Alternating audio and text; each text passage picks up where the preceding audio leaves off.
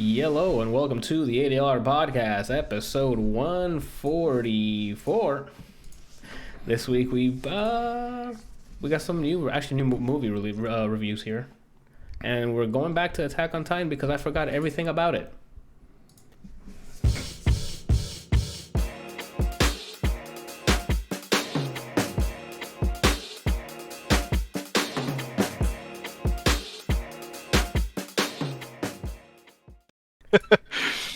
All right, now tell me why you were grinning for the past minute. I messaged this to Brian, but when you were asking if everybody was ready, as soon as you started, I really wanted to interrupt you and be like, "Are you ready?" You could have. I mean, we've done that before. You guys have done it before, so I know. it would have been funny. You gotta go with your gut sometimes, you know. Yeah, I guess you know. This is the ADLR Podcast. I'm joined by Brian up there. He's down there, but I Discord have him set up differently. I'm going by Nick and Kelsey this week. I'm gonna swap it up. People aren't gonna know who you actually are. I mean, are they supposed to? Yeah, We are. Joe Rogan watches us. All right, so Oh, that's right. I forgot. yeah, like we're top tier at this point. Randall, what are you shaking your head for? Trying to get the lane off. Oh, okay. By shaking your head? Yeah. Okay. You can move the camera over to the left, to more to the right if you want. Because it looks like you're literally in heaven. Oh, you want to keep it that way? Okay, that's fair.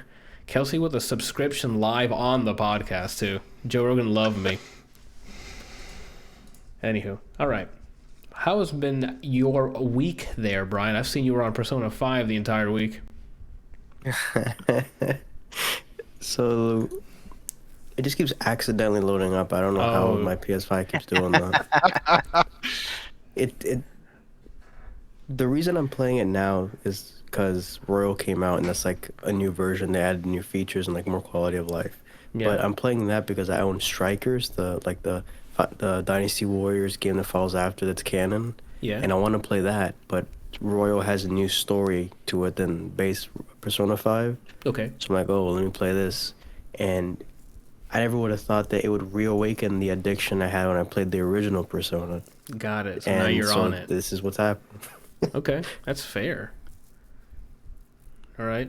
I still love it, and they did a lot of quality of life stuff that helps, but the one thing they didn't do is when you're leveling up your social stats, so like knowledge, charm, or whatever, they don't show you numbers. It shows you your rank, and then it shows a star like itching to go upward. You don't get actual numbers in terms of how close you are to leveling it.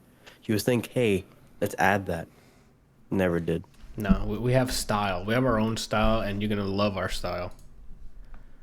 Yeah.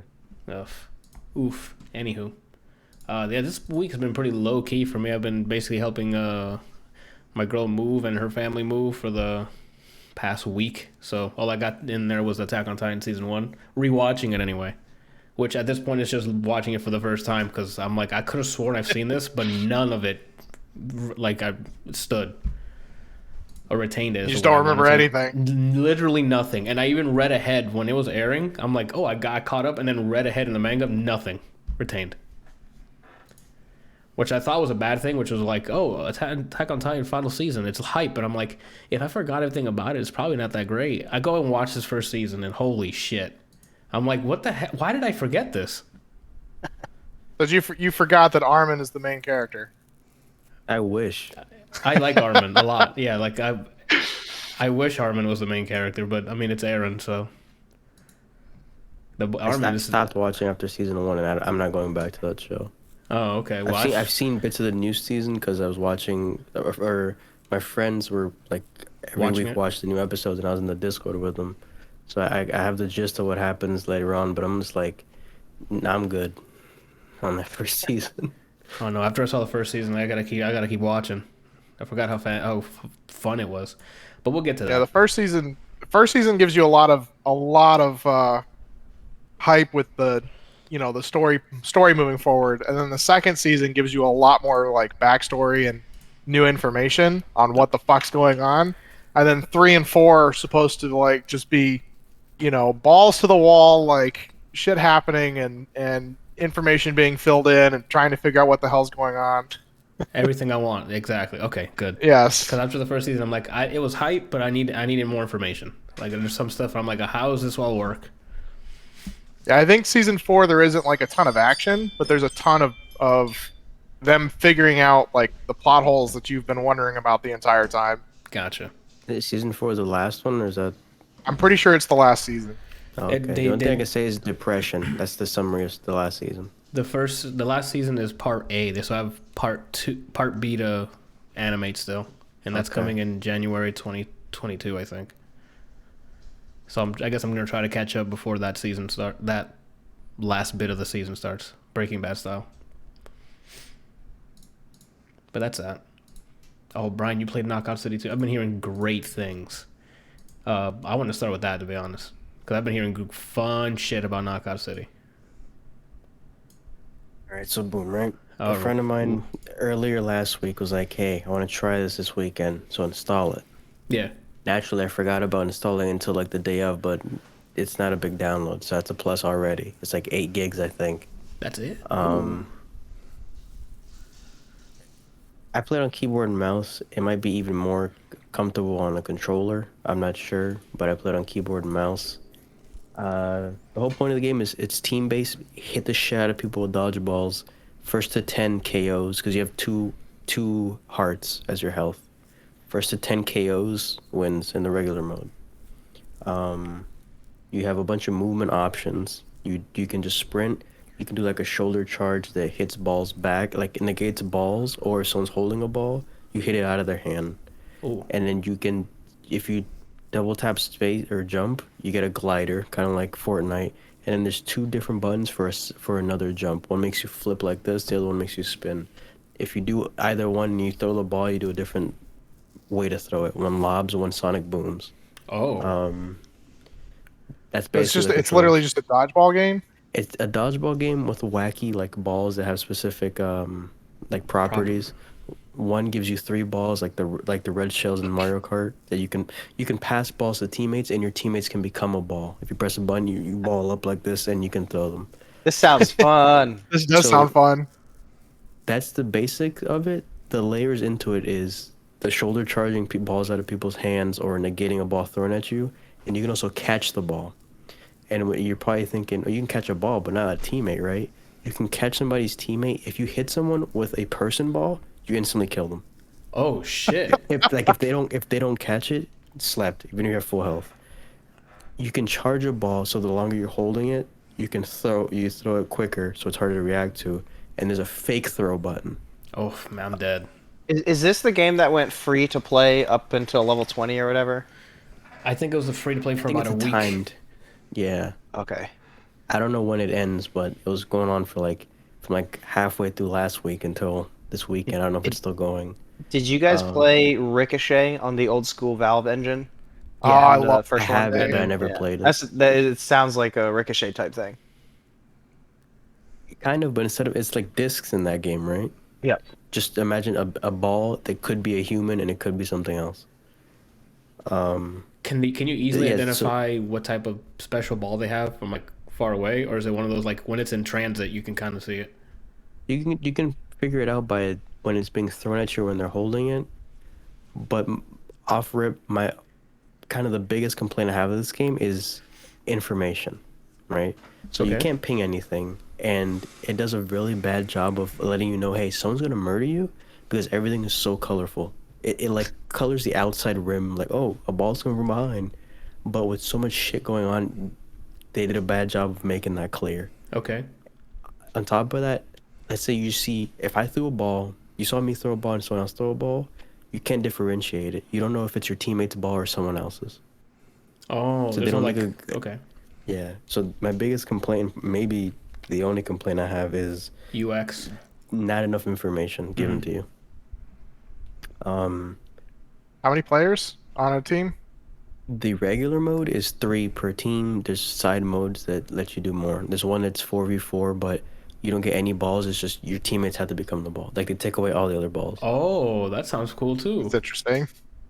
Um, I'm gonna be honest. I'm really tired of this 3v3 stuff. Like everything that I want to play that's multiplayer has been 3v3 or teams of 3, and it's like Apex. I have so many people that want to play them with it. I need at least 4. This is ridiculous. With Go this play game, Sea it of Thieves, makes- dude. With this game, it makes sense because there's so much shit going on and it's so colorful that if another person's throwing another ball, with the lack of information they give you, it's gonna be too much. You can charge your ball, like I said, it determines speed. Some of the special balls is a sniper ball, and if Ooh. you get to hold the button and aim at someone, and when it's fully charged, it like beams at them. But if you don't fully charge it, it's the slowest shit possible. So that one encourages like playing further from behind, not doing anything that has balls. Can you catch a sniper ball if it's going max speed? Any ball, anything thrown at you, you can catch. The only exception is if so if you have a teammate in your hand, right, and you fully charge them, you throw them up in the air and they become a bomb that lands. Oh, okay, And the run that by teammate- me one more time. Yeah, Your so teammate becomes a bomb? Yeah, so if you have them in your hand and you're gonna throw them, if you fully charge it, like I said, you did, that'll change Yeah. the speed. It becomes a purple, like the level on it is like he's purple. That means you're gonna Lean throw him up in game. the air and he aims and then Lands wherever he explodes on the wants. ground. Oh. Yeah. If Oh, that is it hits like- you too, you also instant die. The Overwatch character with the fit. Doomfist, Is like Doomfist's ult? kind of, but it's tighter, like the movement. The on it. AoE? Okay. Oh. Yeah, different ball types. Anything can be parried. If you perfect parry, like at the right time when you catch it, I think you either recover quicker or you retain the power which you caught it. So like if they fully charge it and beamed it at you and you perfect parry it, it's still that speed. Oh, so you can throw it back at them instantly, and it's Yeah. that. Oh. You can also pass the people. So if on top of a fake throw, if I'm walking up to you charging, I just go and pass it to a teammate. Ooh. If they're holding a ball already, you pass it to them and it bounces back to you, and it kind of quickly raises the speed for things. Very So- skill-based game. It sounds like. It sounds like it's It's- easy to play, it's- but hard yeah. to master. Yeah. Basically, it's really fun. It's really high octane as well. Just speaking my Some of the language. maps I don't really like, but there's one named Galaxy Burger, and one of the callouts is called Galaxy Burger on the map. So naturally, that's my favorite map because I can just go. There's 2 Galaxy Burger. So how's it the variety in the maps? Is it a lot of different maps, or is it like just a few, but There's, they're I like think, all really 3 or good? 4. Okay. There's 3 or 4, but they all have different gimmicks. Gotcha. One of them is 2 buildings attached by like a bridge. Another one's like a futuristic. It's like a diner, but futuristic. That's Galaxy Burger. And there's one. It's like you're just in the streets, like not streets like New York or whatever, but it's like, it looks like a cheap neighborhood. Gotcha. Okay. They all feel different. They all have their own kind of thing to it. I think that's the only thing I can really complain about. And Or for complain is the for visual. characters, there's no like classes and stuff. It's just everyone's No, you make your own baseline. character. Oh, okay. Like don't visual. How long? stats. How long There's did no you spend stats. customizing it? Like what kind of? Everybody looks hideous. Let me tell you. When you the whole thing is like they have their own leveling up. You level up your account, kind of like Overwatch. You get to 100, and then you're a new color or whatever. Yeah. Every level you get more. It's like its own pass. So you get more customization. There's the contracts, like challenges. Yeah. So like within the first 2 games, I got 2 of them that said just sprint 100 meters. 'Cause Oh, I was really running up and just throwing shit and parry. I was this close always. Oh shit. Who are you? What happened to zoning? Well, I mean, in Apex, I play the same way. I walk up and I just knuckle. Oh. So just any EA game, you're just gonna go in there and knuckle. Got it.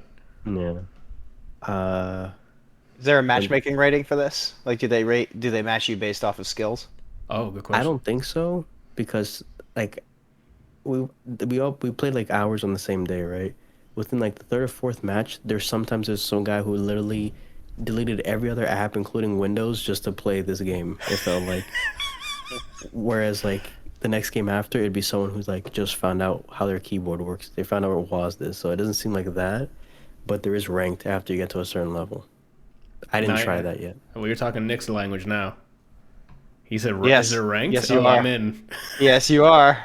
If you have Game Pass, you have access to this game for free because it's on the EA Pass. Oh, those are facts. So that's how I played. I didn't buy it. Nice. Yeah, everyone looks hideous. They start hideous. Every face that I saw, hated. but then you get more clothes. So now I made my guy look Cuban because that's funny to me. I don't know why. Okay. That's because you probably saw the Far Cry 6 trailer. I just keep every time it shows me on the screen, I just do the Miami daily traffic. Oh just shit! You should be like, oh yeah, Chico, boxing. I don't know if there's anything else. The soundtrack's pretty decent. That's what I was gonna ask. I'm like, if you're missing something, you haven't talked about the audio yet. Yeah, soundtrack's pretty decent. The game's not that loud. Like, you know how you load up a new game and then you're deaf. You're bleeding. Yeah. Not really too loud. I like that. It's kind of pretty. The game's not hideous. It's like it's stylized. Even more stylized Fortnite kind of. Okay. Like they have kind of big heads and they kind of have big hands and things like that. Yeah, that's the new hotness. Everything has a cartoony art style now. Yeah. It's a good. That's where all the money is. Well, and also ages well. Mm-hmm. After a while, because it's easy. You go back and you're like, oh, that's supposed to be realistic, and then now Unreal Engine 5 comes up, and we'll talk about that. Realism does not age well at all. Nope. What are you talking about? CS 1.6 was the best shit ever. It was. It's still a very good game. Function over CS fashion. Doesn't go after realism. Yeah. CS goes after fun and competitiveness. It doesn't look for how great it looks. In Marvel 3, right now, it looks dated when I watch people stream it, but it doesn't play dated. Let me tell you that much. It sure doesn't. A fun game is ageless, man. Yep. Skullgirls is pretty, and it plays well too if you don't own Skullgirls. Nick. I tell you, LAN at Brian's place. That's the price for you guys driving up. Is I will buy Skullgirls. Nice. Yeah. You guys drive up. We'll have a LAN party at Brian's place, and then I'll buy Skullgirls right in front of you. You getting the I'll buy the season pass, sure, absolutely. I'll buy the ultimate package, the $150 game if there is one. I'll do it. Oh no! It's just the base game's like $20 now, and then the season pass is $35. Easy peasy. It usually goes on sale. Well, actually, I don't know if the sale will be the same anymore because of the new stuff. No, I'm gonna buy full price just because they drove up for a LAN party. Every time they no sale for that shit. Every time they showed info, like when they said, "Oh, Umbrella's the next character," the game for like a whole week was $9.99 again. Oh wow. I know who doesn't own it and listens to this podcast. If you don't own it, don't watch anymore. We don't need your view. No, actually, keep watching. We need your view. No, we got Joe Rogan watching. We don't need your view. One view out of the millions of people that watch, Anthony, is not going to make a difference. But I'm so close to 2 billion views. Like, you need to, we need every single view possible. So funny, Random. Every time we mention numbers, you laughing. That's basically the summary for Knockout City. I recommend it. It's a fun time with friends, and if you have Game Pass, you don't have to spend however much it costs. You have access to $20. EA's $19.99. $19.99. Spend that on Skullgirls instead, because you can just play it on Game Pass for free. It's only 20. No, but even that's a really low price of entry for this game. If it's that fun. Really low, but you know what else is really low? Yeah, all right. Squiggly's crouching medium kick and Skullgirls, so you can just play that instead. I've gotten hit by that. You know my criteria to buy Skullgirls. Yep, we know it now. This is for the one viewer that doesn't have it. Oh, gotcha. I recommend the game. It's fun with friends. Yeah, it's only three of your friends at a time, but it's warranted because they already give you no information. If they had a fourth person, you just see balls flying. It looks like an orgy with so many balls flying. That's what I'm talking about. Oh, one last question. Is there private, let's say all of us wanted to play, is there private servers or custom games that we can just do 3v3 with our friends? Or is it always just matchmaking? I don't know that because when we were queuing for matchmaking, I was looking at my cosmetics and then I was in a match. Oh my god, dude. All right. Well, I'll do the cosmetics, like the ones you don't unlock, the ones that you buy with the fake money. They do it like Fall Guys, where it's like a rotation of things. Oh, okay. I like that. I'm not too big of a fan considering how ugly everything is, but if they had prettier stuff, maybe, but I hate every face. Every single one? They should put that on the back of the box. I hate this. I hate everyone's face. 5 out of 5, Brian. I don't think they would put that. You put something negative on there. They're not going to put a negativity thing on there. That'd be pretty new, Yeah, I think anyone that has just a group of friends they just play dumb shit with, I don't see anyone that wouldn't like this kind of game. Even if you're a casual, the game's appealing enough to give it at least one try. Yeah, I might even end up buying it. If it's only $20, if it's that great, I want to support it. Yep. Yeah, me too. Because it's tied to EA, you don't need to play it on the Game Pass. You can buy it on Steam and just tie your account. You can play with EA, Xbox Game Pass EA players. Let's get it. And it's crossplay too. Yeah, that's right. I remember them reading that. So good on them. Yeah, I can support this thing. Crossplay out the gate, and it's fun and competitive, bro. We out for only $20. I'm wondering what kind of content they're gonna add. Whether it just be new kind of, I guess, balls and modes, and then cosmetics. You nailed it. I'm That's trying to what's think gonna what they would happen. do.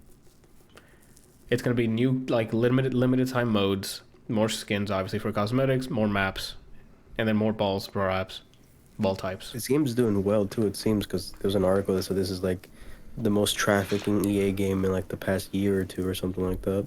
That's good. They need some sort of like variety because Apex Legends is not gonna carry them off the rest of their company, you know. I And you're that's- sure it's Make only fun 3 games. players? Make fun games. People will The buy them. base mode, Those are the base facts. mode is 3v3. If you do the one where everyone's a ball, that's 4v4. I don't know about the other modes after that, but those two Alright. modes are that amount. Yeah, Randall, you should buy it. At least this actually has a 4-player mode. Like, you know, unlike Remnant where it's like, oh yeah, it's 4 players, or they show a fucking demo of it with 4 players, and then you get the game and it's like, oh, it's only 3 players. You'd think they would have added after the fact, maybe on the patch or like a balance patch later. I don't know. It's weird that I they didn't want to stuck have with to it. balance 4 people. I just wanted to leave it as is and just add content. I guess. That's my guess. Anyway, all right. Yeah, I've heard just straight positivity for this. I'm gonna have to go try it sometime this week. Sounds like a fun old fucking time, mate. I'm gonna get my one thing that I have consumed this week out of the way. Let me just talk a little bit about Attack on Titan. All right, I know it's old. I completely forgot about it. I think Randall, you yourself also forgot about it. Yeah, because he sat down and watched a good chunk of it with me. Yeah, I don't know why I fell off. I like it a lot. I enjoyed how it started off. It's super dark and depressing, and you get the characters get their motive right off. Yeah, Brian, dance for it. Off the first episode, I got invested immediately. I'm like, no, I got to see what happens. They do a good job of the action sequences are real fun. The death that happened, it's always shocking because it's fast. It's like off screen, like a hand comes and grabs someone out of the air, or someone gets kicked into a tree or stomped out onto a house or some shit. Like it is brutal. But I love that they're like, so here's this group of characters. Fall in love with them. Now they're all dead. well, don't spoil it because my characters that I want alive are still alive. So that's Who what do I'm you getting. like? Huh? Who do you like? I like Armin, Sasha, the bread lady. Sasha's the Yes. bread lady, right? And then I think so. the crazy girl who likes to dissect the Titans. She's on Levi's squad. Oh yes. The goggles one? Yeah. Those right now are my 3. So that's that. Armin was one of my favorites as well. From the one season I saw. It was him, Levi, and then Lois Griffin. Oh, Hange Zoe. She is my favorite. Yeah, that's the one. That's one of my favorites as well, because she's like super going crazy over the Titans, trying to dissect them and learn all about them. I'm like, yes, let the science flow through you. See that.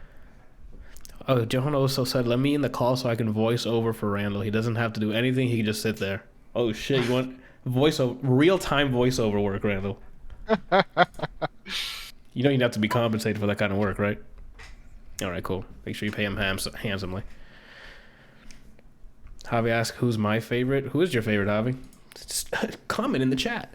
Anywho, yeah, so first season, I'm hooked already. I can't wait to keep binging through second season on to the next thing. Animation's fantastic. I'm watching it dubbed. I don't know if that matters. I enjoyed the voiceover in dub. I don't know how much better it is and stuff, but I grew in a liking to it.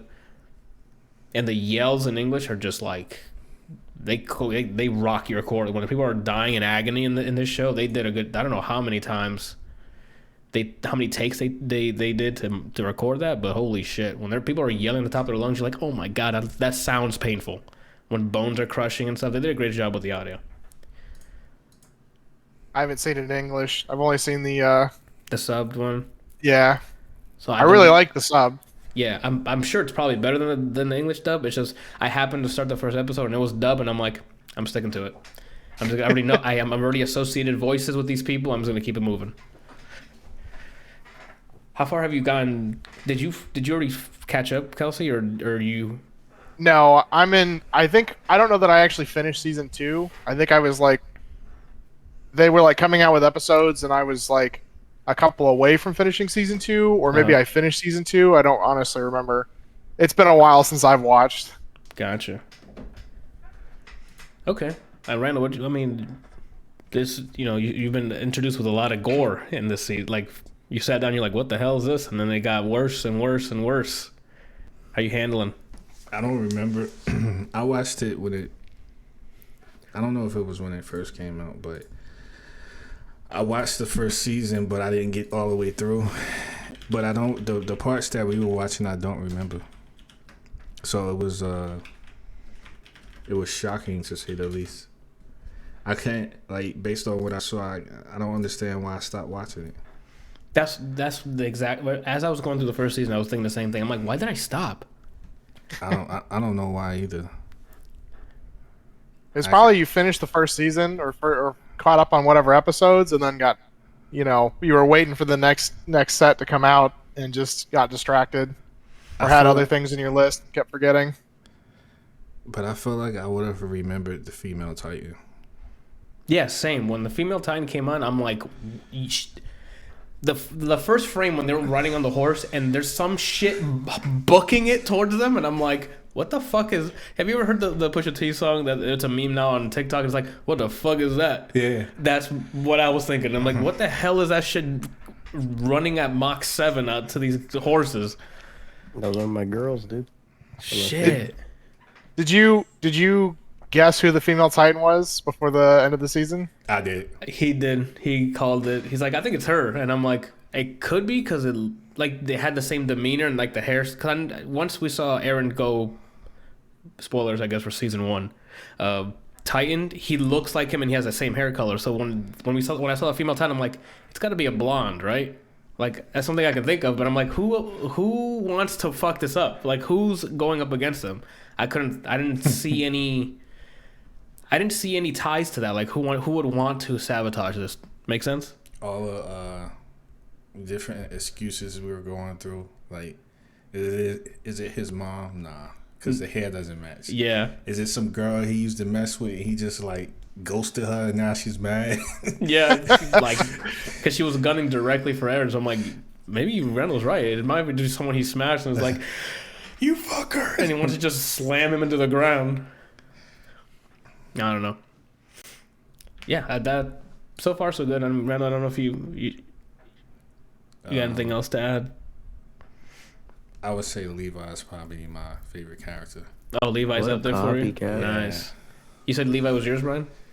Mm-hmm. And Armin, and who was your third? It's Levi, Armin, and then I always call her Nina in my head because she reminds me of Nina from Tekken, but I forgot her name. Anna? Annie Lionheart, the female Titan, spoilers. Yeah. She's my favorite. And then when that happened, I was like, oh shit, beat that little bitch's ass. Yeah. I mean, she kind of did, to be honest. That roundhouse kick was KO. Aaron was one of the main reasons I didn't keep watching. Oh, does it get worse or something?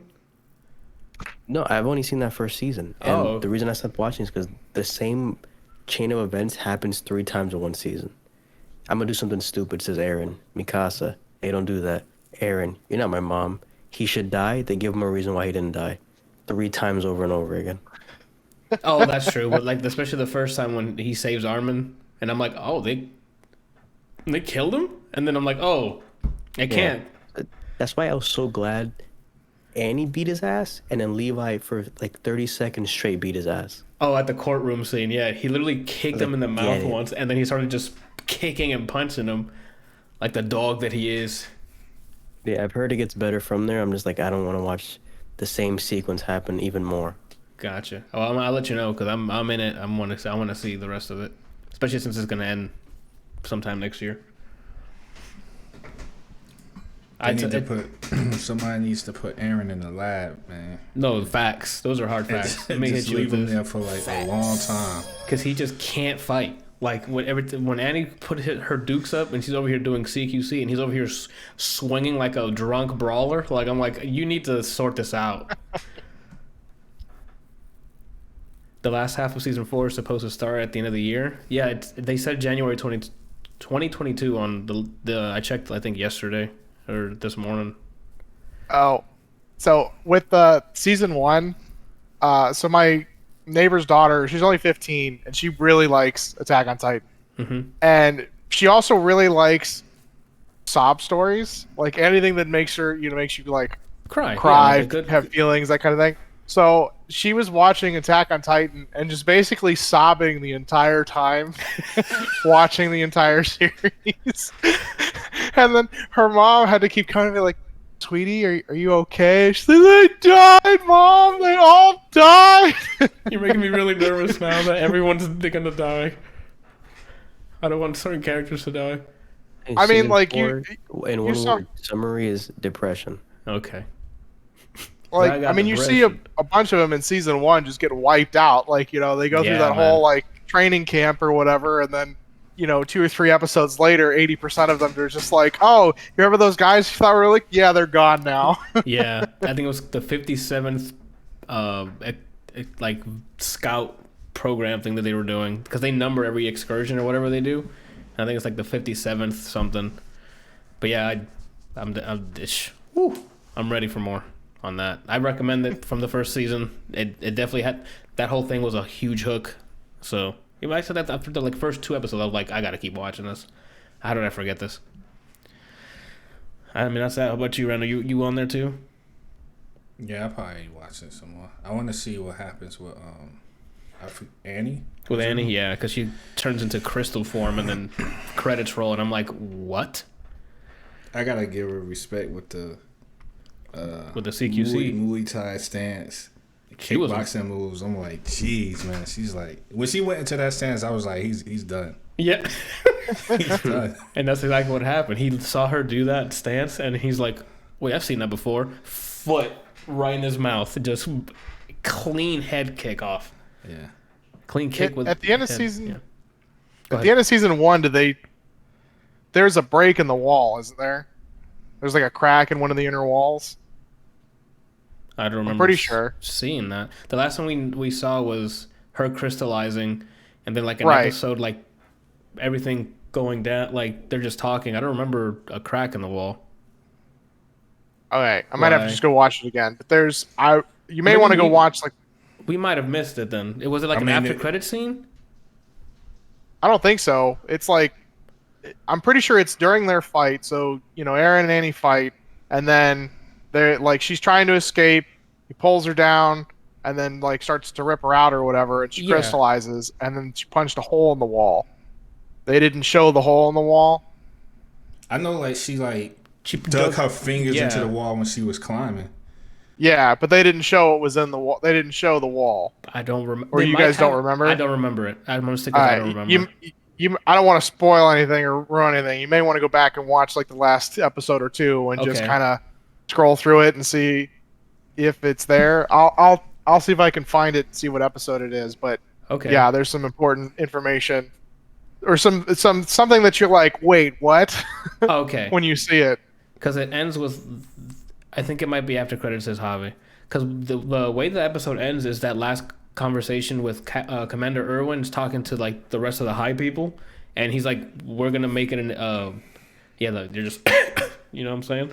Those high people. Anyway, they were having that conversation. He's like, "Yo, the next objective is to clear out any other Titans that are within our ranks," and then it ends. Okay.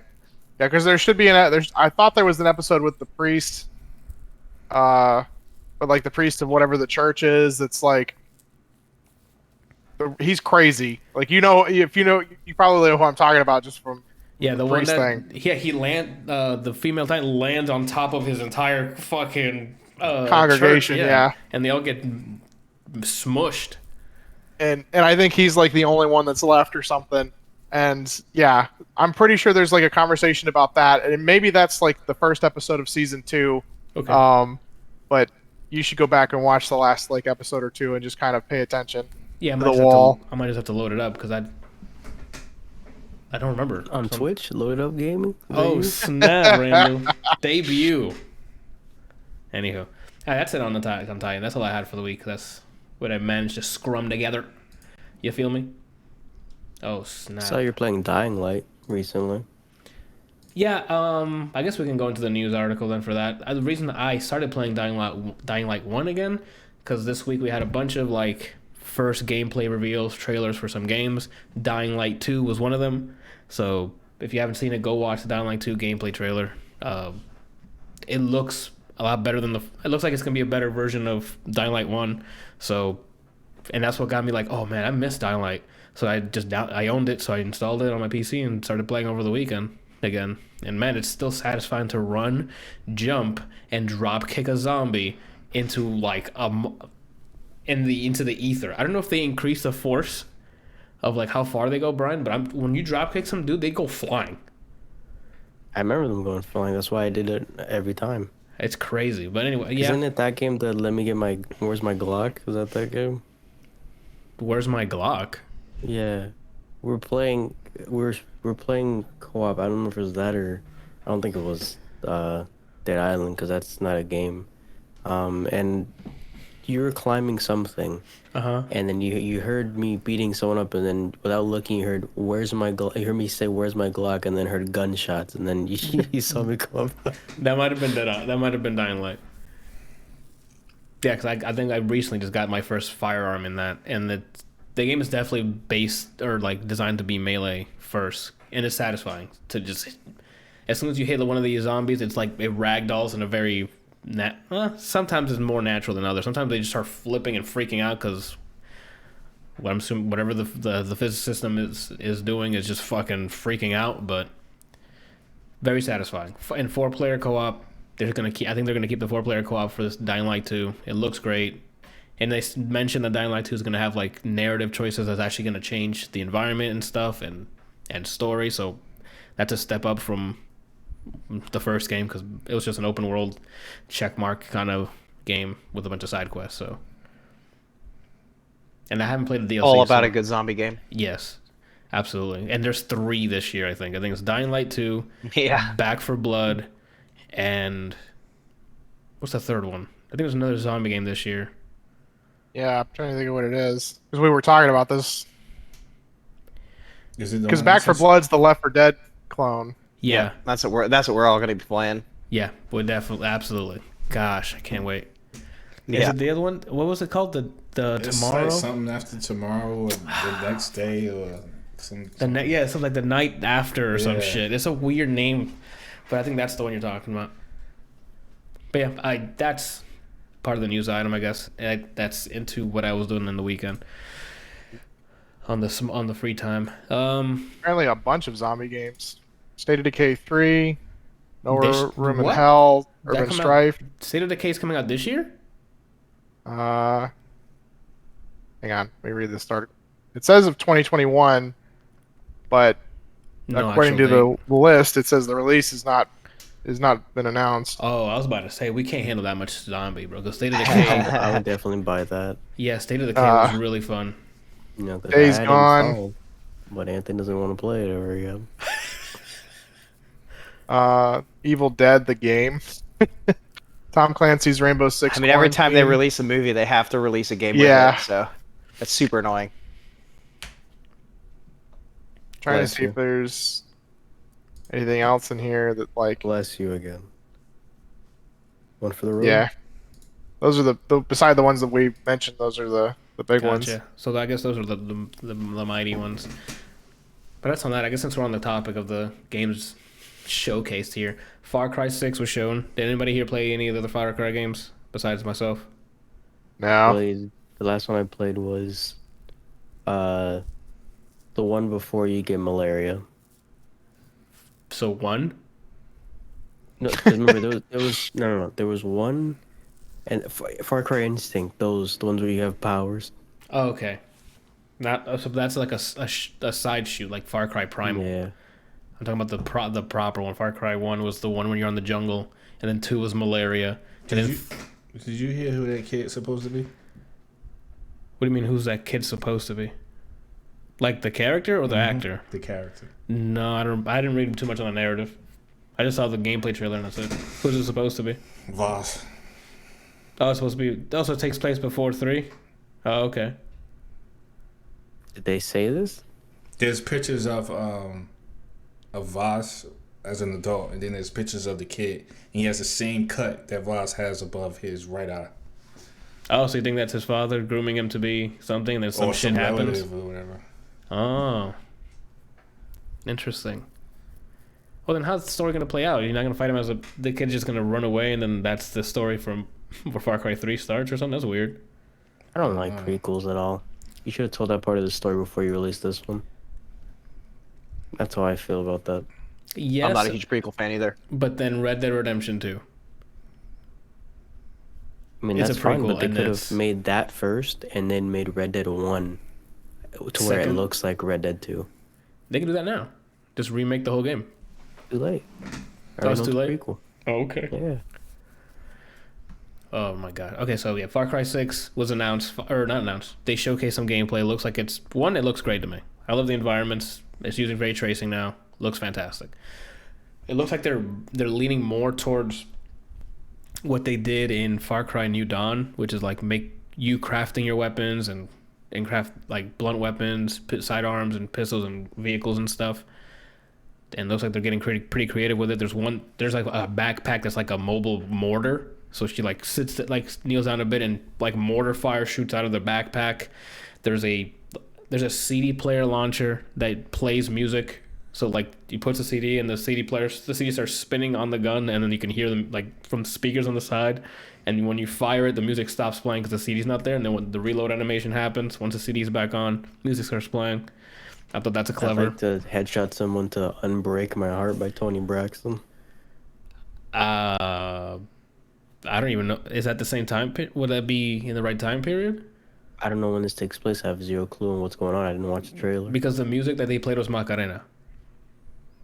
So I mean, that was the CD that was on there. that's There we go, timeless, buddy. Anthony. That's your favorite song, according to DJ Muscle Milk. Yeah, DJ Muscle Milk. Is that his new name?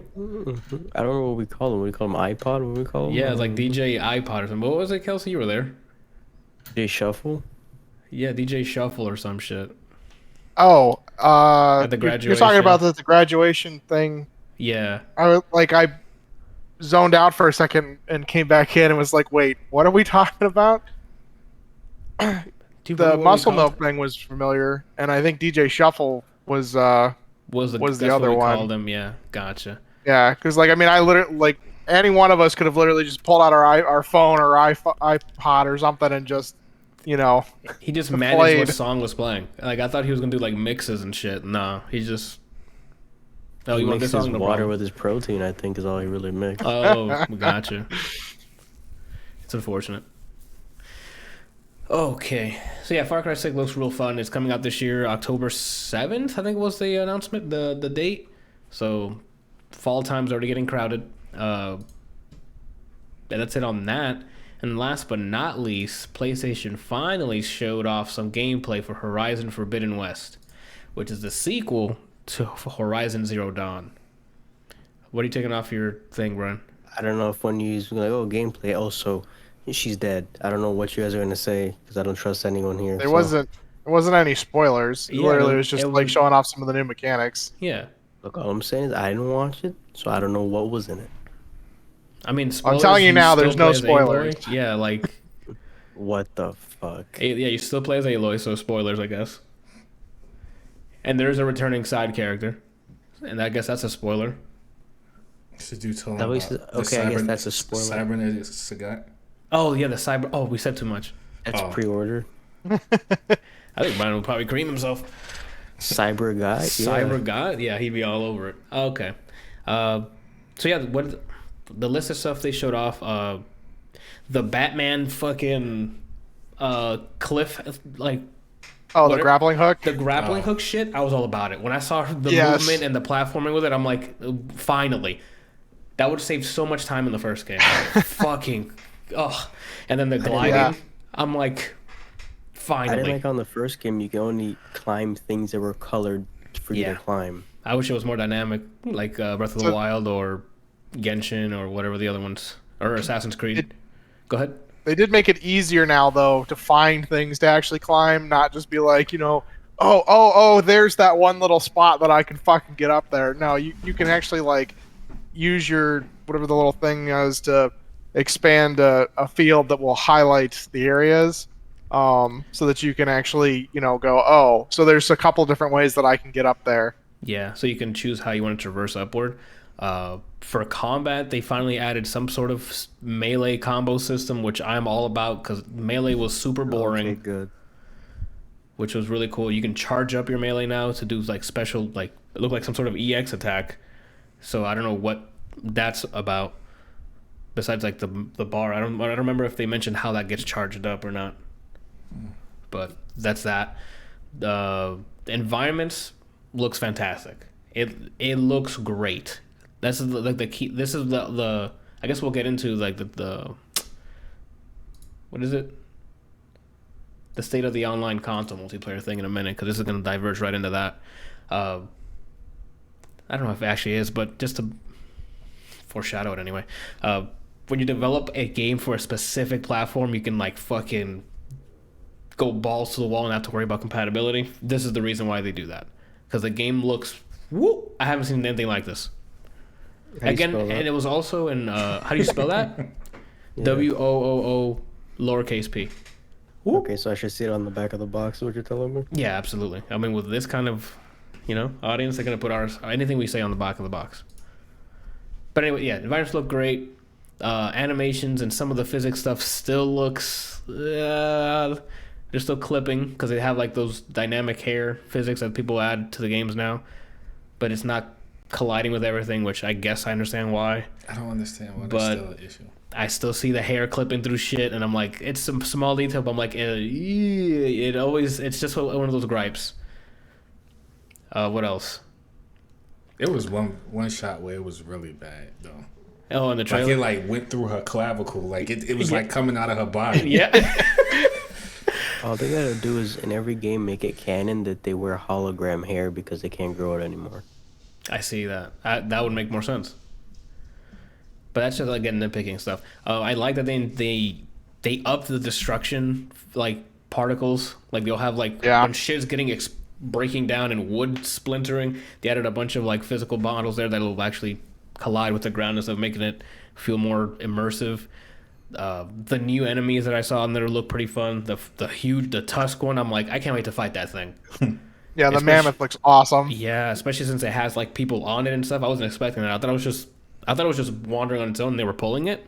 And then when I saw people chucking things at you from the top, I'm like, oh, so you can take this thing out in different ways. You being able to ride the animals or is that new? They had mounts in the first one, but it wasn't like that type of mount. And that looks like one of the enemies that like they had like the peaceful type of mount in the first one. But I'm hoping that her getting on that one means that you can get on a bunch of other ones as well.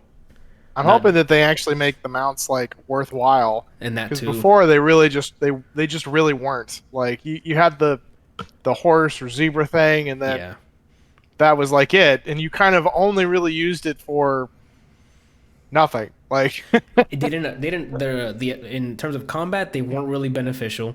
They usually get in the way, or the best they can do is aggro something for you for a little bit.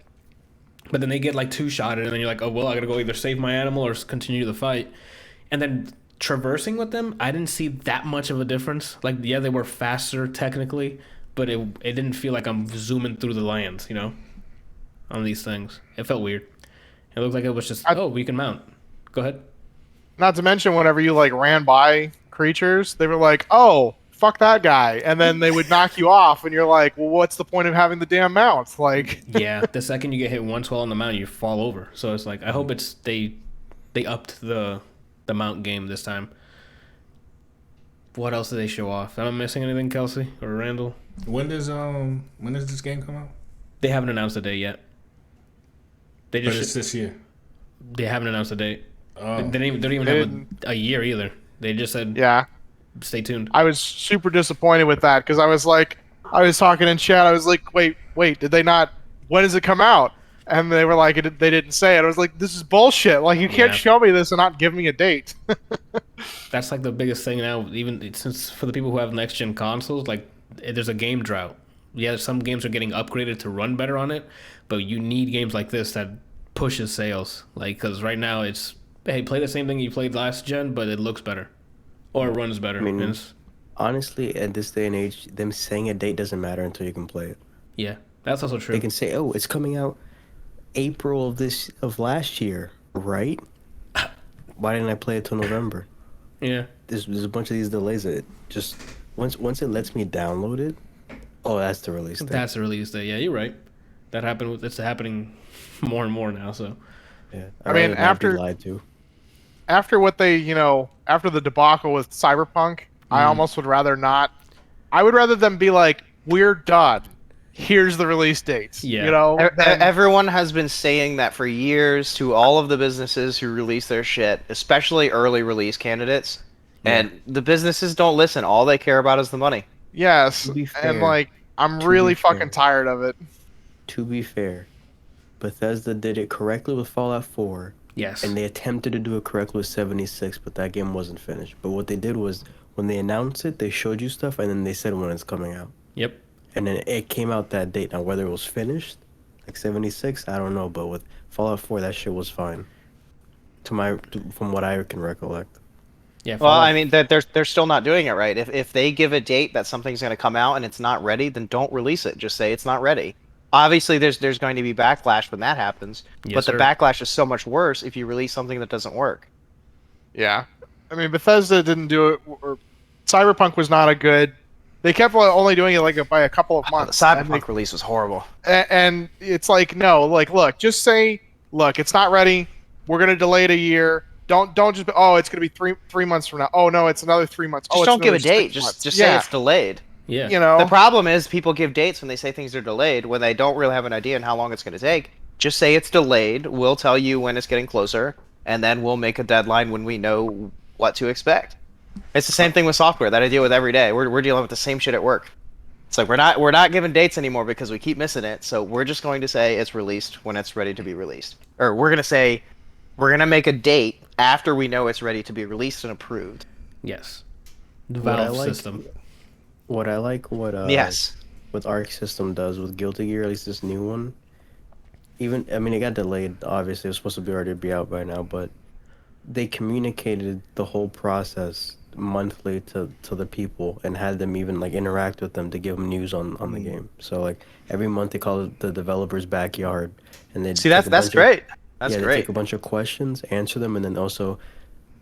They'll get in depth into the development. Well, we chose this choice, which is different from the previous game because this is our reasoning. And then not only it's not even set in stone. They say, but at the end of the day, the game's not out yet. This can change before it's out. So they felt really open and communicative. Is that a word? Communicative? Transparency, I think, is what you're looking for. The transparency with the community is key. And if the players know that they are going to be purchasing an incomplete game, if they were transparent at every part of the process, that's fantastic. Hades. Are they still working on Cyberpunk? Yeah, to them. They actually had. I forgot to add it as a news item here, but they swapped the game director. So someone else is now the game director of Cyberpunk. I'm assuming some shit hit the fan, and they replaced the person who was in charge. So now we'll see what happens from here. So does that mean? Never mind. What? I'm guessing that person doesn't have a job anymore. I don't know. I didn't read too much into it. I just read what happened. I think they moved them into another division or something along those lines. So we'll see. I don't know what. It sucks to see something that a company I renowned very highly, or I put a lot of weight on whatever they do, and then they just shit the bed like this. It sucks. It really does. Just like Valve. I'm here all day, every day. Where's my TF3? Where's any update on Team Fortress? Half-Life 3. Or fucking oh my! Speaking of another news article, there's a news article that said I think it was 2 days ago, that 15 years ago they announced Episode 3. 15? When they announced Half-Life Episode 3, Half-Life 2 Episode 3.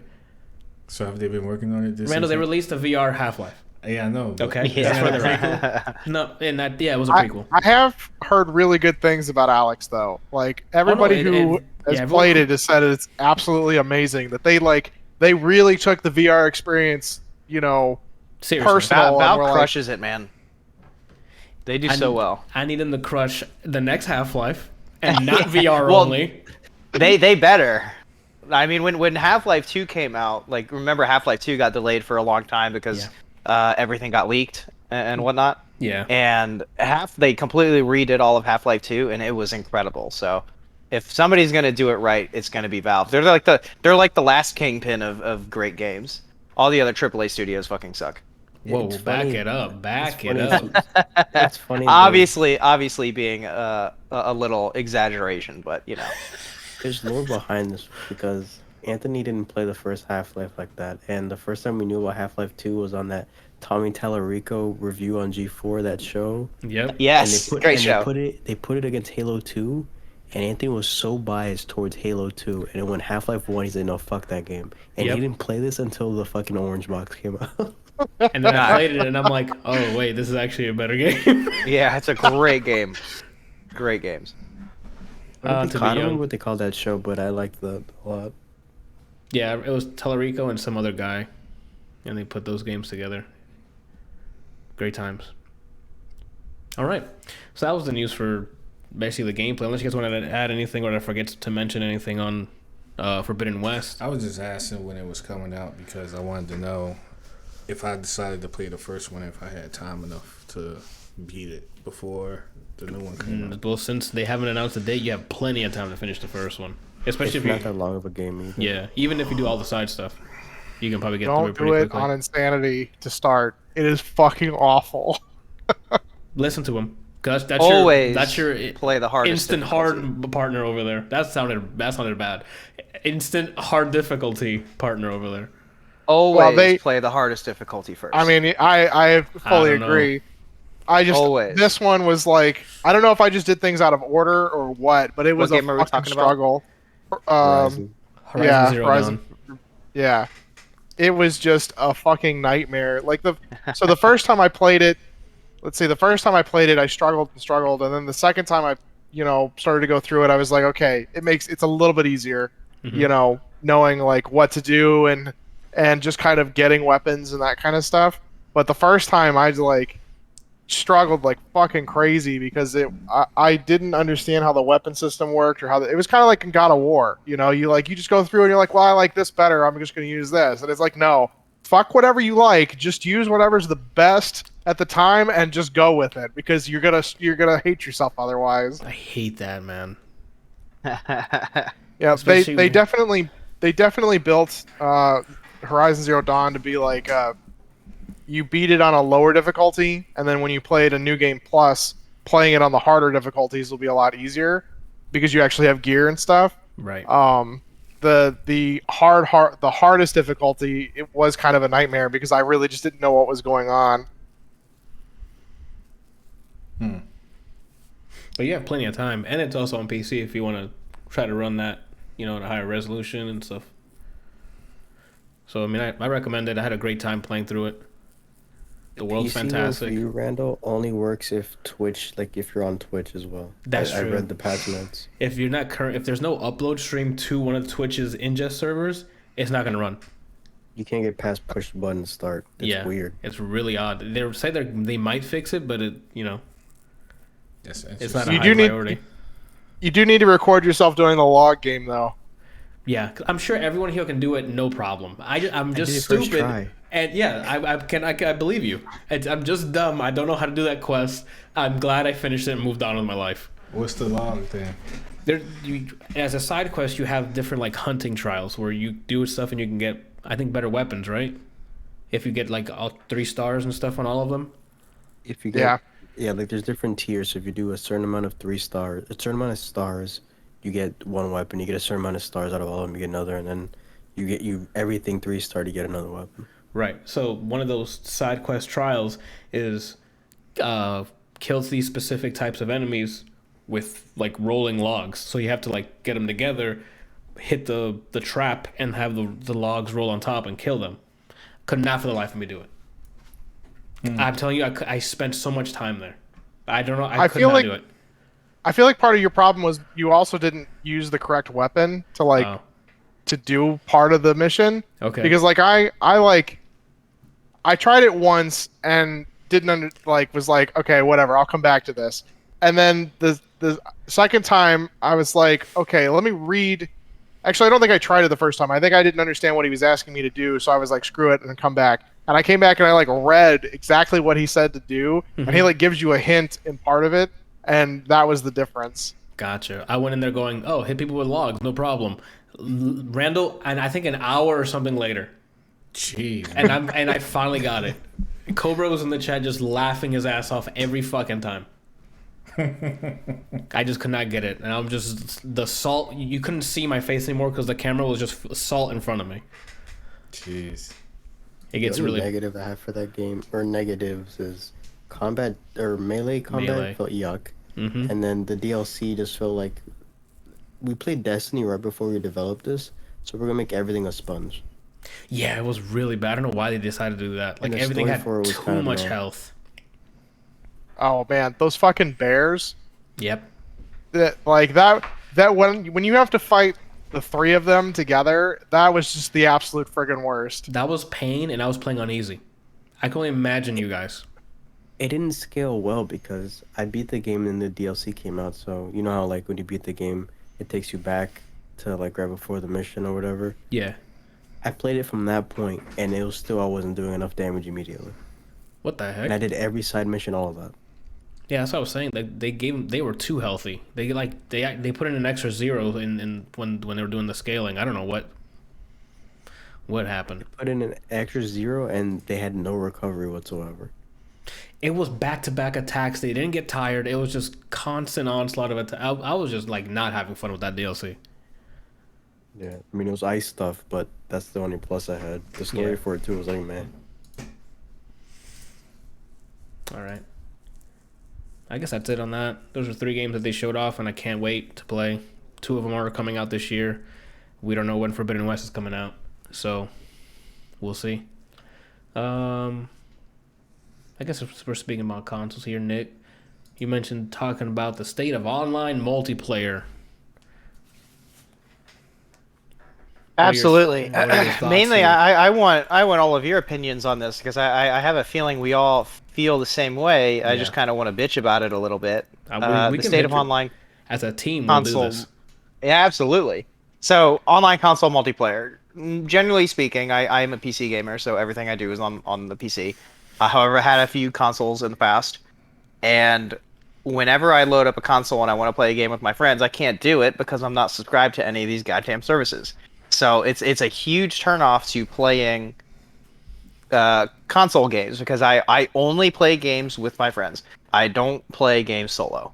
So all of my friends have the same computer games, so we all end up playing together. But you have to subscribe to services just to get in a matchmaking lobby with your buddies. And I feel so I don't know how the servers work per se, so I need to be educated a little bit on this. But when you say you're a subscriber to these services, say you have a PS5, you subscribe to PS Plus, or whatever it's called. If you get into a lobby with a friend and you play a Call of Duty game, when you get into that game, when you get into that server, does Sony run these servers or do the game companies? I imagine the game companies do for their proprietary games, correct? I would assume so as well. So what are you paying for this? I went to the PlayStation site and I saw there are other things that you get for subscribing to PlayStation Plus, but ultimately everyone's going to buy it for the multiplayer aspect of it. Yes. So what else does this give you aside from matchmaking? I feel like matchmaking should be given for free, especially with the state of how the internet works nowadays. Like, bandwidth is so cheap, server hardware is so cheap, servers in general are pretty cheap to run. The game servers aren't run by Sony. Like, you're literally gatekeeping multiplayer because you just want to make more money. That's basically what they're doing. Yeah, so that's Sony. The only thing that their And it's servers- not just Sony, it's Xbox and Nintendo as well. You have to pay for their services to get matchmaking. To play online with your difference is with Microsoft, they give you a way out, not like the game. That's kind of a bar though, because you can just play those same games on PC. Exactly. That is your way out, and that's why I play PC games in general. Like I would buy more consoles if I could play the games with my friends, but I never do because you can't. You have to pay a monthly fee for it. The annoying thing is like the big devs are treating their online as if they're the bouncer to their club that everybody wants to get into. But in all reality, we don't even need your console anymore. The games that are like big for multiplayer can play anywhere else. And PCs, it seems like just to run a lot of these games doesn't cost as much as getting your whole fucking console, which isn't even in stock. So how are people supposed to play it in the first place? And a side note, go ahead. Besides Call of Duty, most of the FPS games, most of the MOBAs, all the high competitive, high prize pool games are on PC. Yep. Well, it's because there's no. I mean, there is an online gaming market for consoles, but like it's not competitive. The accessibility is not there. Like this is something multiplayer should not be gatekept like that because Sony doesn't even run the servers. Nope. All they do is literally hold our information for their store and then go, oh, it's time to matchmake. Can I go grab that person's profile with whatever masked IP that they have in store, whatever the case is? Yep. Oh, I have it? Cool. Now our servers matchmakes them and now the game's running. And they don't even speak to Sony's. Yep. So the thing that's annoying too is I don't know if it's the same with PS5 free-to-play games, but on PS4 and PS3, the free-to-play games, you don't have to have PS Plus to play online. That's now that's a standard now. With Xbox, took a while to do this, but Xbox now joined the same group on PS5 or on Sony's and on Microsoft's. If it's a free-to-play game, you don't have to pay to play online. But if it's a paid game, like if you're playing Call of Duty or Rainbow Six Siege or something, you have to go through the subscription. Which at this point, guys, if you're letting the free-to-play games, which are gaining more money than those paid games like Fortnite, microtransactions, Apex. Siege is probably going to go out there too because I think there's a free Genshin Impact, who's made a dumb amount of money. All are free to play the games, and now they can they have free multiplayer. So why not just do that for the rest? So they're making this kind of money because the game is free and they can play with their friends. Yeah, exactly. They don't have to monthly payments. And so the microtransactions also. So do the microtransactions? Does like PlayStation get a chunk of the microtransactions, or does it go like straight towards the? They get a chunk of it. That's another conversation to have, obviously. But. That's why they let that. That's one of the primary reasons why Sony let free to play do that, because now they sell like they get a chunk of the change. It's like the App Store, like the iPhone App Store. Exactly. Got it. And they get a chunk from the actual content that gets sold on the store and any virtual currency that they sell, like V-Bucks and stuff. If they buy through PlayStation, they get a chunk. See, that's a way out. Like I get, like you should sell PlayStation Plus as like the Microsoft Game Pass type thing. Oh, you should not sell PlayStation Plus as the gate to being able to play with your friends. It's not like they have a bunch of like services too. So they have the games that you get for free every month.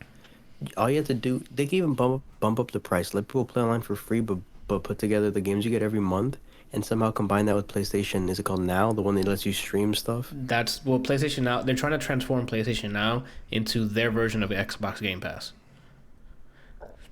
and it's getting traction because they're adding a lot of good games to that PS Now stuff, but it doesn't have the success Game Pass has had because Game Pass came out when that wasn't a market. Now that this Netflix for games sort of subscription that Game Pass has, it is literally the best value for gaming, period. You pay like $10, maybe even less, and you get a plethora of games. First of all of first studio or first party games from Microsoft will always be on Game Pass. So the Halos, the Gears, Forza, I don't know, any other indie studio they just bought Bethesda, so like if they can decide, hey, this is only going to be on Xbox now, it'll be on the Game Pass. Like that kind of move is EA too now. I don't know if it's every game, but most of them. I don't think It Takes Two lets you play on Game Pass. It's whatever's I tried and didn't let me. It's whatever they add into the EA Play. It's not just all of EA's games. It's whatever's in EA Play. Okay. That's what I feel like because like Xbox, when you used to wanted to play Halo online, it was only on the Xbox, and they ran the servers, and so it made sense to pay for the the online pass so that you could play online and do the multiplayer and that kind of stuff. Like PlayStation's never really had that. They kind of just jumped on the bandwagon of, oh well, Microsoft's charging online, so we should too, and they didn't really offer anything that I remember, that was like special for joining the PlayStation Plus community or whatever it was originally called. Mm-hmm. And now they've kind of kept it up to date with what Microsoft and PlayStation have, or Sony have both kind of kept them relatively the same.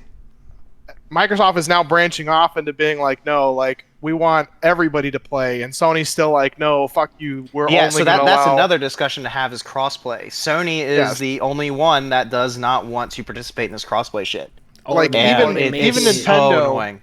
even Nintendo is like jumping on the bandwagon for the whole crossplay stuff. Like they're like doing everything with Microsoft and Xbox and trying to get into the crossplay. It's weird the games that they're allowing to use. So like the two examples I know that they have a version of the game on PS4 that lets you cross-play with PC is Street Fighter V, which no one should play, and then Power Rangers, which is also the same way, where that's like the first game that has cross-play on every platform. And it's weird that they give them the exception. I guess it's because they probably have their own servers. But it's weird that they're saying no to this when I think this is something where if you let it happen more often, people will be more appreciative of your platform and be willing to spend extra money on your stuff on your side. But instead, they're like, no, thank you, because we're too stubborn when it comes to business. They went from just a hard no to making it difficult. Like, I don't know if you guys have been following the Epic versus Apple lawsuit that's been going on. A lot of documents came out from that, and they have a chart of how they want developers to make their crossplay so that Sony still benefits in cash. Like, that's still profit. I'd have to look it up I can't do it right now, but I can have to look it up. And a lot of stuff is unearthing about Sony from that Epic versus Apple case of how they're handling crossplay, and it's really, really cringe. Just recently with how Borderlands is trying to do the crossplay with all the other platforms. Yeah, Gearbox, developers of Borderlands 3, Randy Pitchford, who works for it, came out and said, we have an update ready for crossplay, because this is something they've been promising us for a while, and they came out, we have it ready. The only thing that was rejected was on Sony's side. They said that they either pushed it back or maybe the publisher pushed back. But so all the developers should get together and start releasing crossplay for everything except Sony. Exactly. That's what I was like. And people will stop buying PlayStations because they can't play games with their friends. That's what Gearbox said. Randy Pitchford said, we're just going to release the update and you just can't crossplay with PlayStation. So we're going to get crossplay soon, but you can't play with your PlayStation friends. Because that's what they get. Do like game devs have some kind of guild the way actors do? No, I don't think so. Not that I know of. Like, you mean like the Screen Actors Guild? Studio, but yeah, I don't think that's a thing. I don't see why that's not a thing. All right. Yeah. I thought you were asking about a union, and that's a completely different thing. I mean, like Anthony said, the example I was kind of alluding to a Screen Actors Guild where Sony's being an asshole, so let's go on strike. Like there's nothing, there's no like collective that does that. It seems with gaming, it has to be a mass move from developers, and good luck trying to persuade EA, Ubisoft. I mean, to an extent, it's already kind of happening because I think developers are so pissed off that there's resistance from only on Sony's side about crossplay, and the big developers are making all of their games crossplay, and you're starting to see it where people are just like, okay, you can do crossplay, but sorry, Sony. Sony's also when you stop being a bitch, when you stop being a little bitch about it, then you guys can do crossplay as well. Exactly. Sony's also losing a lot on the exclusives now too. Yeah, and they're like, unless they own it, no one wants to do exclusives anymore. Yeah, because people want accessibility for their games, so there are not very many exclusives. And when you look at Microsoft, their exclusives are still accessible on PC. Yep, it's only console exclusivity, and that's why Microsoft has to step up because everyone's gaming on their platform, Windows. Yep. So, like, if I were a game developer right now and I had to choose, like, do I like bow to Sony and continue doing that shit, or do I just move with the other the other systems? I would the rest of the industry. I would go with it with that. Same if I was purchasing a system. Like, this is making me not want a PlayStation 5. Which makes sense. You know that when companies, the other thing is that companies are moving more and more away from Sony because you have to pay extra to push out updates to Oh, really? certain platforms. Oh Yeah, my so god, dude! They're when- every step of the way, they're just nickel and diming people. yes, And like and then you still have to play with your friends online. yeah. I mean, To when I cap was it off, working you at have to pay $10 a month. when I was working at EA, like that was one of the things that we had talked about. It was like the reason that they like release these massive updates is because you have to pay to push out updates to like Oh my bug fixes and God, things like dude. that to the consoles. You know, and then And that's a cost the you're publisher, also I'm assuming, takes. Right? do what? I'm assuming that's a cost that the publisher probably takes. Oh yeah, you Yeah. know, like I mean, so I mean, you have these massive updates instead of just being able to, like on the PC. It's like, oh, we found a bug, we're fixing it now. Like, just restart the game, you'll get it, and you'll be done. You know, no, you can't do that with console games because you have to wait weeks and weeks on end for them to like either have enough of a reason, like it's a Just for game Sony. bug, you know. Well, I mean, I Microsoft think was doing it Xbox too. does it Like, too. Yeah, I think it's yeah, both. like do I they? think. Okay. I don't think they charge as much as what Sony does. I'm pretty sure when when we were talking about it at EA was that Sony that was charged more for it, you know, and then you're also paying for like having the discs printed for each of the consoles and that kind of stuff. And there's a different cost for that between Sony and Oh my Xbox. god, that's horrible. And like yeah, I mean it's like the healthcare system in the U.S. Everything is nickel and dime. Like it's just absolutely ridiculous how much money goes into literally everything for making all of this stuff. Like instead of being able to like make good games and hire developers and hire artists and project managers and that kind of stuff, they literally spend millions of dollars on all of the extra shit to try and get it out there because all the other companies are like, no, you need to give me my share. It's all about the buckaroo bonsais. And Hey, with don't, basically- don't sully his name with his business. all Yeah. right? He's the producer. who's above this? It's all about Wherever the you bucks. go, there you are. There you are. But anyway, that I just kind of wanted to get a little soapbox about the The online console state of the multiplayer nickel thing. and diming that we have here. Yes. It's the thing that I insane. just thought of is, let's say, these companies decide no more console, right? With the way that video services have been going, I feel like all they're gonna do is just make their own streaming service that you have to pay monthly for anyway. Like they're not gonna give you the W outright the way Microsoft did with they have their own store if you want to buy the games or you can Game Pass. I feel like they're gonna do their own launcher, or there's in order to play this on PC you have to be subscribed to our system or our service. That's only going to come from the major publishers. Like right now, EA's doing that. Ubisoft's doing that with Ubisoft Plus. EA's doing it with EA Play. Or no, what I'm saying. Well, yeah, is they're feel they're like- taking. Sorry, go ahead. I feel like the only way Sony would be like no to another console or like Nintendo is if like that's the next step. They would. I don't think they'd be as like a pro play wherever you can like Microsoft, because with a lot of these like non-American companies that when it comes to business or like changing things, they're always way more stubborn. So I feel like if they ever finally take the L with making consoles, because I was told like back in college that consoles themselves puts them at a deficit. Yeah, they always The sell it production at, versus the Yep. cost. yeah, they sell So them at a loss. they would make more money if they just stopped doing that and just made their own games and sold it out to any kind of service or retailer or platform like on PC. But I feel like with them being stubborn, they're going to try to nickel and dime and optimize the money they get and just make like a Disney Plus for Sony or something. So there's a couple of conversations to be had with that. So one, I don't think consoles are ever going away. They're never going to do the end consoles. I think I was talking specifically just from the crossplay standpoint, where they'll just be like, "Screw you, Sony. Then everyone else can play together, but you." That's kind of where I think they're going to draw the line. So I still think they're going to be releasing on every platform they can because they still want gamers to buy their product and they still want gamers to play their product. From another section of the argument in regards to the streaming that you're talking about, the trend nowadays, and this has been going on for a long time, is they're trying to remove ownership away from the people that buy their products. So you are still purchasing a product, however, you do not own that product anymore. You stream the product from their servers onto whatever you're doing. You buy So- access. Exactly, you buy Yeah. access. So you've seen it with Netflix, you see it with all these streaming services for games. Like you are not going to own anything anymore at some point in time. You are just renting access to it.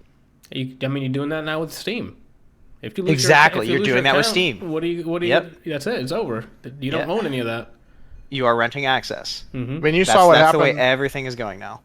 I think it was Sony that like tried taking GameStop and things to court over the whole selling used games. Yeah, used whatever. games. Yep. Like they Well, were like, that's, no, that's no, what you you've don't. seen. That's what you're seeing now. Is you're seeing the removal of ownership of whatever you buy. You buy things and you are accessing it from somewhere, and you can easily just lose it. Turn off a switch and it's all gone. But it's only like that for certain things, because like with books, there's like an entire law and things against. You're seeing it with books too.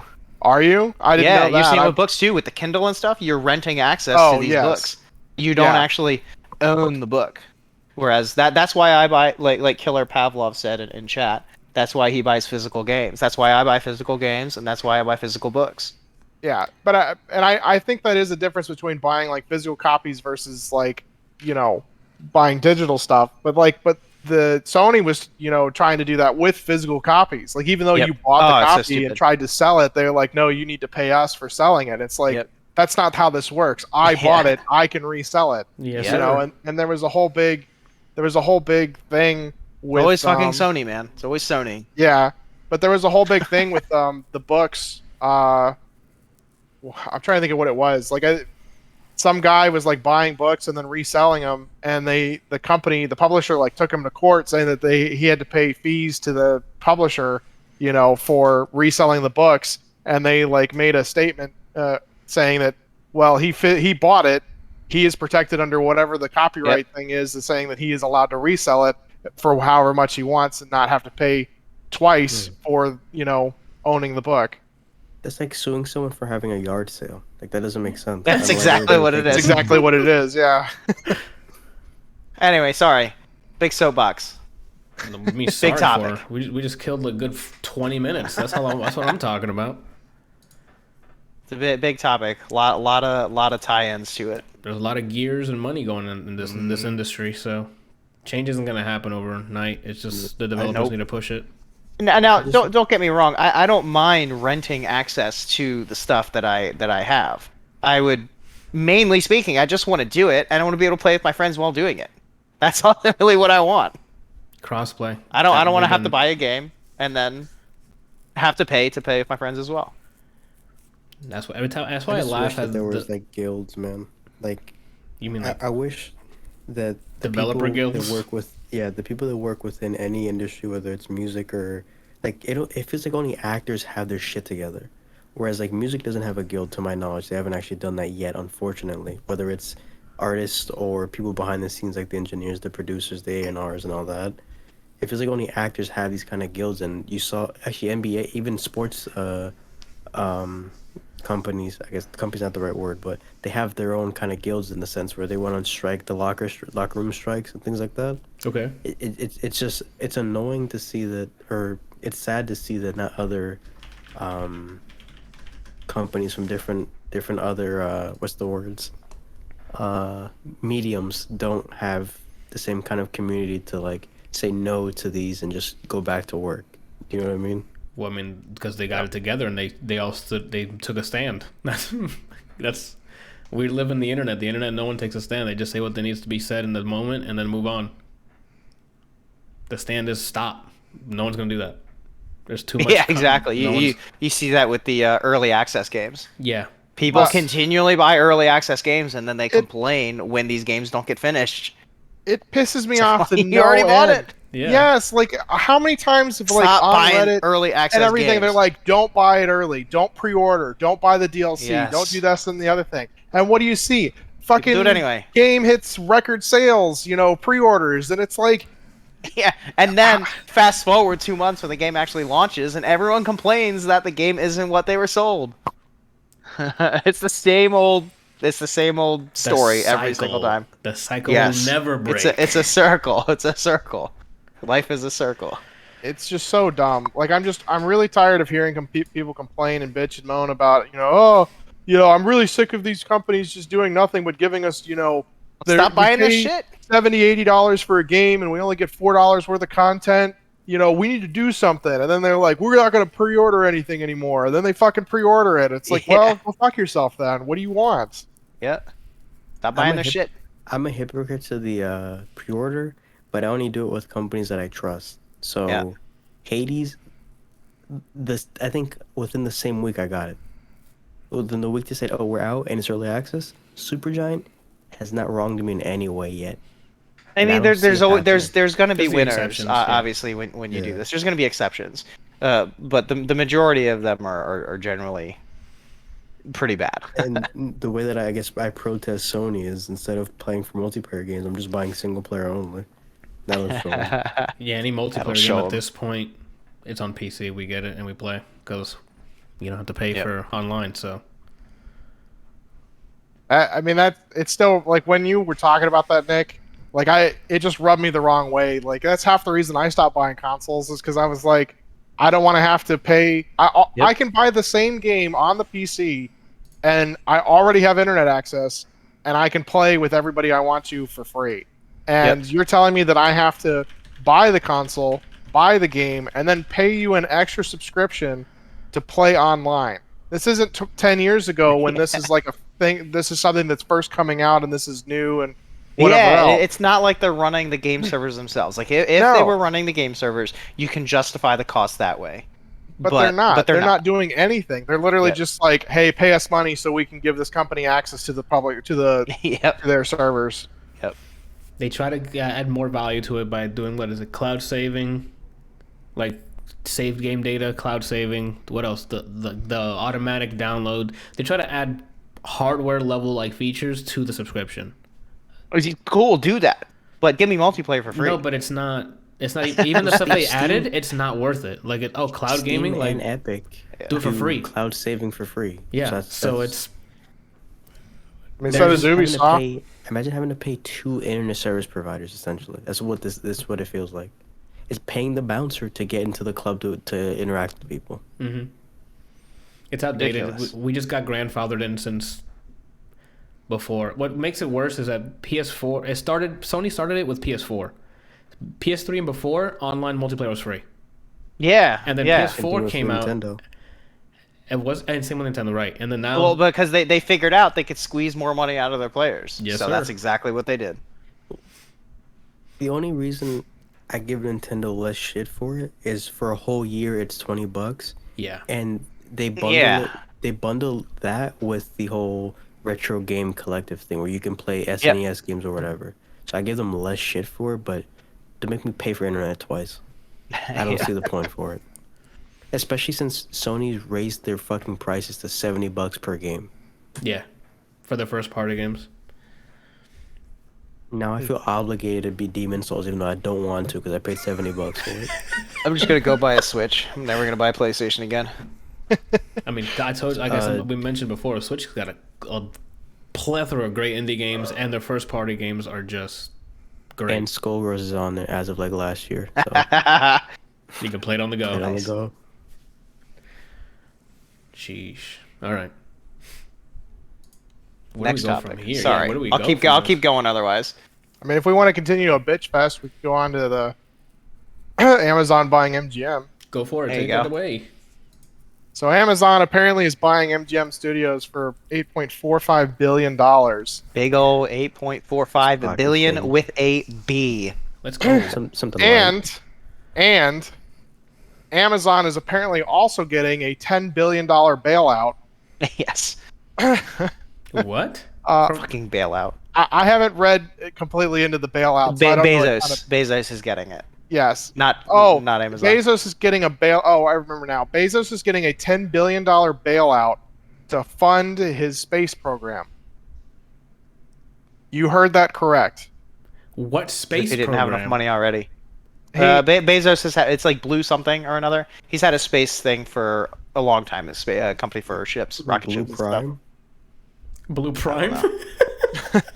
I So- don't know what it's called. Yeah. Hold on. So, Blue Origin. he has 188. He's the wealthiest man in the world with 188 billion dollars. Okay, especially over the pandemic, his wealth has over tripled. Okay, and he's getting a $10 billion bailout to fund his space program. Meanwhile, Amazon's buying MGM Studios, For $8 for billion. $8.45 billion. So the Yeah. government basically paid to buy MGM for Amazon. Yes. Now, let me rephrase. Your taxes Yes. paid Yes. for Amazon to buy MGM. Let's go. I Like, always wanted to see James Bond on Amazon Prime Video. I am super excited about that. Let's get it. Isn't that Um, what we all wanted? We all wanted that, right? Like that's another thing that like just irks me to shit. Companies should not receive bailouts. Like almost period. I don't know of anything personally that they should receive bailouts for. Because they're spending all these bailouts on corporate crap, and people are starving in the streets. Kids are going hungry. Like they can't get education. They can't work. They're getting kicked out of their homes. All this other stuff. Because there's no money in that. But Bank of America suddenly goes under. And all these other companies that are listed outside the U.S. are begging for money because of the pandemic and everything. It's just ridiculous. But MGM Studio is the higher priority, Kelsey. All right, we got to make sure Papa Bond is somewhere. We can't just have that license floating out. Thank God Amazon has it now. Because I don't understand how that works. What is he being bailed out of? The next tier of like money? So it's an accounting thing. So Amazon still, with all of their revenue, still operates at a loss. It's like Hollywood accounting is clever. Every single movie, no matter how much it makes, is still operated at a loss. So when they do their taxes, they still get money from the government at the end of the year. Go look up Hollywood accounting. It's like an actual thing. Like literally Google Hollywood accounting. And you can get It's all a bunch of financial loopholes that the average person can't really take advantage of, because you get the W-2 that you get shows that you've made money, whereas the W-2 that the company gets shows that they basically play the books showing that they got a loss, which means that they don't owe the government any money because they didn't actually make anything. And so then they can plead to the government. It's like, oh, even though we had $11 billion in profits, we didn't actually make any money because we had to pay all this other stuff, and we're operating at a loss. So you guys have to give us money now. And they're like, yeah, no problem. Yeah. So that's why when if you were to start a business, you would want to take, and you were to get like percent equity or something like that, you would want to take percent revenue and not percent profits, because profits are the ones that are always smudged in the accounting aspect of things. And revenue's where the money's at. Yes, revenue's where the money's at. Here, there's literally a Wikipedia page for Hollywood accounting. So there's this TikTok page, or this TikTok thing that was going around for a while that's like, what's something that sounds illegal but actually isn't? And this guy who was like super knowledgeable in the financial world was like, you could actually claim yourself as a corporation, being like an LLC, and anything you make, you can put back into the business as business expenses and never actually make money, which means that you don't actually have to pay taxes. Can you send me that link? Thank you. That'd be great. That's what one of my teachers said. He has his own like back like 2016, before that, because I don't know what it is like now, since event production's kind of shit, but he'd do anything that he had to buy or that he bought for an event was under that. Even his food, everything. He bought a whole like console, projector, and everything. He said business expense. Yep. And then what they did was, after the event was over, they all just played Call of Duty on the same screen on the projector. Let's get it. Yeah, that sounds about right. Yeah, I mean, like I could set up my own LLC and claim that my office is the house, and that the house is now part of a business expense for a monthly, deduction, and you never have to pay a dime in taxes, just off of that. Sounds like I gotta be very careful with doing that kind of stuff. Yeah, I mean they can audit you and You put audit, you in a you world get of court. audited and get fucked, but But I mean, very like careful. there's all these legal loopholes that you can jump through Mhm. that the major corporations do. I mean, it's not that Yep. you can't do it. It's just that they have thousands of people already on hand doing Those that know things. how to do this stuff and have been doing it for years. And so it's a lot easier for them to kind of just skirt everything. Welcome to America, people. Right. If talking about finances in America doesn't depress you, I don't know what will. Well, healthcare. Oof. Those are big But my facts. freedoms. Hold on. Freedoms. Ooh, all right. Where do we go from this? Let's go to some happy stuff. Happy Let's stuff. review some movies and shit. All right. In that order? Yeah. Or shit and review some movies. Whichever one you guys. All right, we went Happy. I think Happy Gilmore. We should get some Bulletproof going. Go for, yeah, that's true. Bulletproof. I actually recently saw this because Kelsey recommended this to me. I think like a month or two ago. Something Yeah, like it that. was- You haven't seen it before? No, so the first time I saw it was this year. So I was like, oh shit, that was pretty Did you funny. I enjoy liked it? Yeah, absolutely. Okay. Awesome. Yeah, How about- so I mean, Is this one of your rotation movies, or is this the first time no. you've seen it? Oh, okay. No, this isn't the first time I've seen it. I haven't seen it since I think 1996. But so Bulletproof is a movie. Hold on, let me see. Let me pull up the IMDb page real quick, so I'm not giving bad information here. You're like, yeah, it stars Bruce Willis and Denzel Washington. So it wasn't a traditional Adam Sandler movie, but it was still an Adam Sandler movie through and through. Yes. It's Adam Sandler and Damon Wayans are best friends. They are criminals. And very early in the film, Adam Sandler's character, obviously, let me get his character name. His character's name is Archie Moses. So Archie Moses obviously has a side hustle going on. They're criminals, so the first scene is them stealing a car.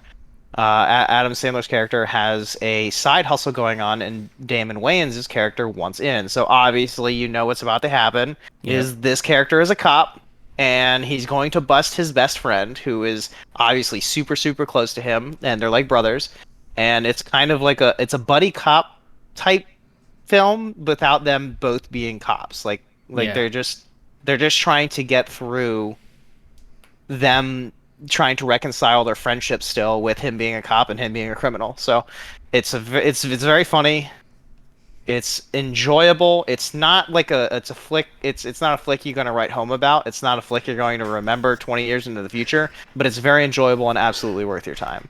I like the variant, the similar review, but he has his variants. Brian is always, it's not the best thing in the world, but it's not the worst thing. Nick's is, it's not something you write home about, but it's not. It's also. So these are the types of movies that I watch though. Like they're all like I watch movies to be entertained. I don't watch movies to be like depressed after it's over. Like if you've ever watched The Pianist, it's one of the best movies I've ever seen, but I'm never gonna watch that movie a second time. It's fucking incredible. Yeah. The writing, the directing, the acting, the story, like it's the most incredible thing I've ever seen. However, I'm not going to watch it a second time. Bulletproof, I'll watch like 10 times in a row because it's just enjoyable. 'Cause it's just So these are the popcorn types of flicks. movies I like to watch. What's funny is like if you didn't say the name of the movie, you could have been reviewing Too Fast, Too Furious. It's the same plot. Yeah. Absolutely. Absolutely. So all of these movies follow like the same plot. And one of the movies I watched, and I'll be reviewing here in a little bit, is very similar to this. And I'll draw some similarities between it and some other movies. But Yeah. it's a tried and true plot. It's fun. It's funny at times. And it makes you feel good when you're done. I just like that, because Damon Wayans, the Wayans brothers in general have always been known for like comedies, and Adam Sandler's always been known for comedies for the most part. This movie is like, it's kind of a serious movie, Yeah. but it's not. Yeah. Yeah. Like they like, it's got a very serious tone to it, but there's so many little things that they do, like the pissing on himself scene. Yes. Is absolutely hilarious. The shower know? scene is the best. or when he's when they get to the hotel and the only room they have is like the love suite, and and Damon Wayans' character has to like call home, and he's like sitting there like across the counter, and he's like basically wagging his butt, and Adam Sandler's character is like, you see that? You know he wants it. You know he does. Oh, it's gonna get Yes. so dirty here. You Yeah. know. And the guy's getting all heated too. He's like, "Oh snap! What's going on?" Yeah, and then the scene after. So he's like, And then he "You sees want him to?" at the window.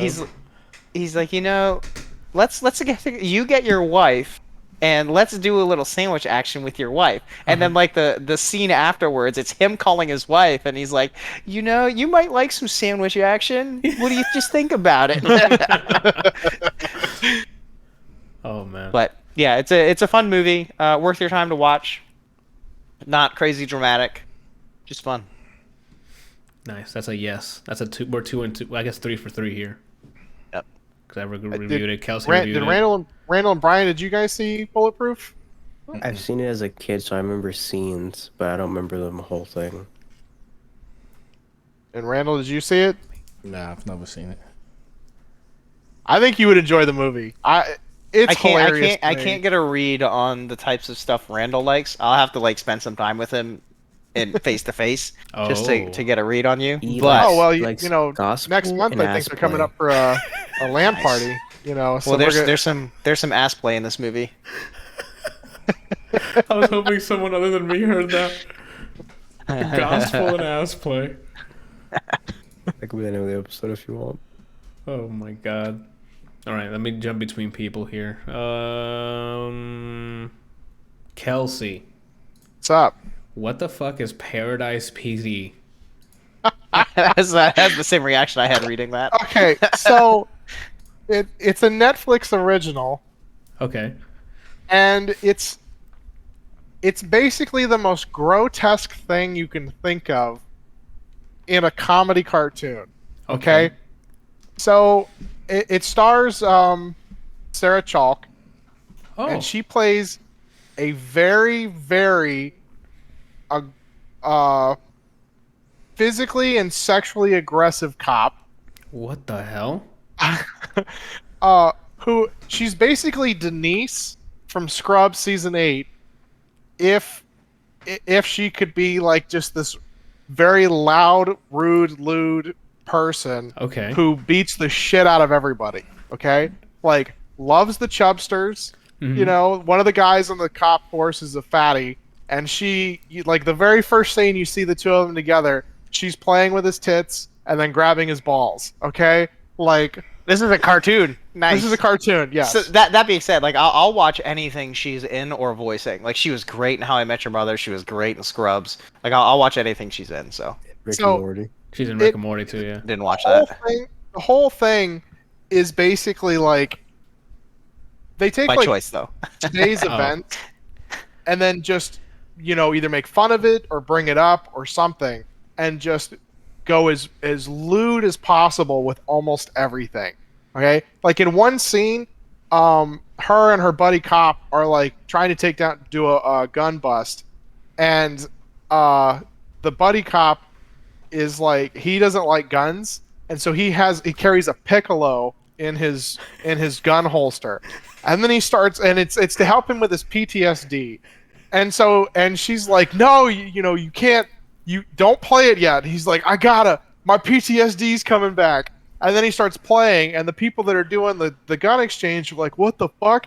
And Sarah Chalk's character like leaps over some they're like at a dock, and she leaps over some boxes, and the guy's shooting like an M4 at her. She uppercuts his hand, and his arm from right here comes off, and you see like the bone and things.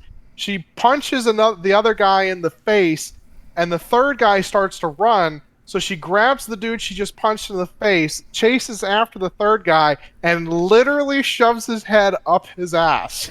Nice. Nice. The first episode. So there are 3 seasons to this show. There are I just 3 looked at it. parts. I've only What? seen season 1. Yes, there are 3 parts to this. The first, the very first episode, it primarily focuses on a kid and his dad, as the main cast, and the dad is like the chief of police. Okay, and then Okay. the kid wants to be part of the team, and he's real young, and he's playing with cops and robbers, and he finds his dad's gun, and then he like walks into his parents' room while they're having sex, and is like, "Dad, look, I'm playing cops and robbers," and he's like going pow pow, and then he pulls the trigger and blows his dad's nuts off. Okay. Oh.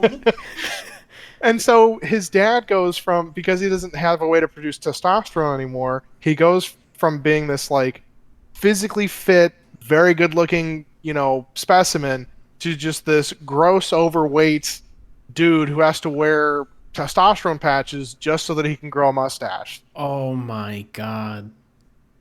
Like it is extremely offensive in a lot of ways, and just very out there and lewd and gross and hilarious.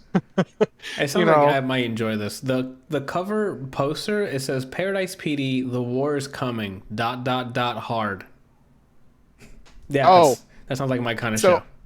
If you look on the cover, there's a couple of things here. So there's a dog that can talk who is addicted to drugs. He's a drug dog, and he just spends his entire time snorting coke or drinking alcohol or doing something. Okay. There apparently was also a time in the town that people started. They used to have like an aquarium, and apparently people started having sex with the dolphins, and that produced offspring. And so there's people with flipper hands that they don't have fingers. They just have these little.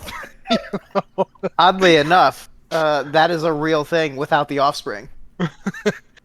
People are actually out here fucking dolphins? Yes. Yes. Dolphins are very sexually aggressive, and if you go swimming with dolphins, there's a good chance that they'll just bully you and rape you. So a lot of deaths via dolphin are because they pull you underwater and just fuck the shit out of you, and then you drown. Yep. So never doing anything with a dolphin. Also, dolphins are one of the few animals that can be homosexual too. So you're not safe, Anthony. Damn it. So I'm not doing anything with dolphins. I enjoyed the first season. It's not something that it's like been the primary focus. It's more have been kind of background noise. So some of the later episodes I had to go back. Sounds crazy. Sounds like this is like how long are the episodes? Like 30 minutes? Probably they're like 30 minutes, yeah. This sounds like the type of show where you watch 1 or 2 episodes and you're like, all right, I need a mental break until tomorrow. Yes. Like I watched. It's a lot. I would watch a lot more lewd than American Dad or Family Guy. It sounds like it by like a mile. Oh, by miles. Yeah. By miles. Like American Dad and Family Guy are tame. Yeah. Completely tame. Like they will do some stuff. They'll like push boundaries or whatever. No. Think of like any situation. Think of the worst possible thing that you can say or do or whatever, and that's what they do. Oh shit. Okay. Okay. So a better comparison. What's more uncomfortable to watch, I guess? This or Rick and Morty? Oh, this sounds like this has to be. Yeah. This about it. The one scene in Rick and Morty, from everything he said, hasn't been as uncomfortable as when Morty goes to the bathroom. Oh, with Jelly Bean. Oh, with Jelly Bean. That's true. Oh no, this is way worse. Oh, okay. Like everything is that the entire time. Holy shit. Okay. It's funny is when Brian started talking, I knew he was gonna pick that scene because that is by far the most cringiest scene. Yeah. I thought you were gonna say the one where the cum cocoon thing, but that shit's too funny. I'm already smiling, saying it out loud. Just humor. The other one is like it was real, like it was happening. Yeah, it's a play on something that's really really bad. Oh man. No, this is like it's like that, except a good majority of the show. Not just it's one scene that they happen to have it in. Gotcha. All right, so it sounds like it's a recommend because it sounds like it's hilarious. I recommend it. If I definitely recommend it because I think it's funny. Okay. Adam has seen it and says that it's hilarious. The voice acting cast that they have is great. Some of the stuff is just like, oh my god, did they really just say or do that? But all in all, I thought it was pretty funny. That's the perks of getting a Netflix exclusive. Netflix doesn't give a shit. Netflix is like, yeah, just make people watch our platform. Thanks. Oh man. All right. Well, that's an easy review. Then we can keep it moving. Randall,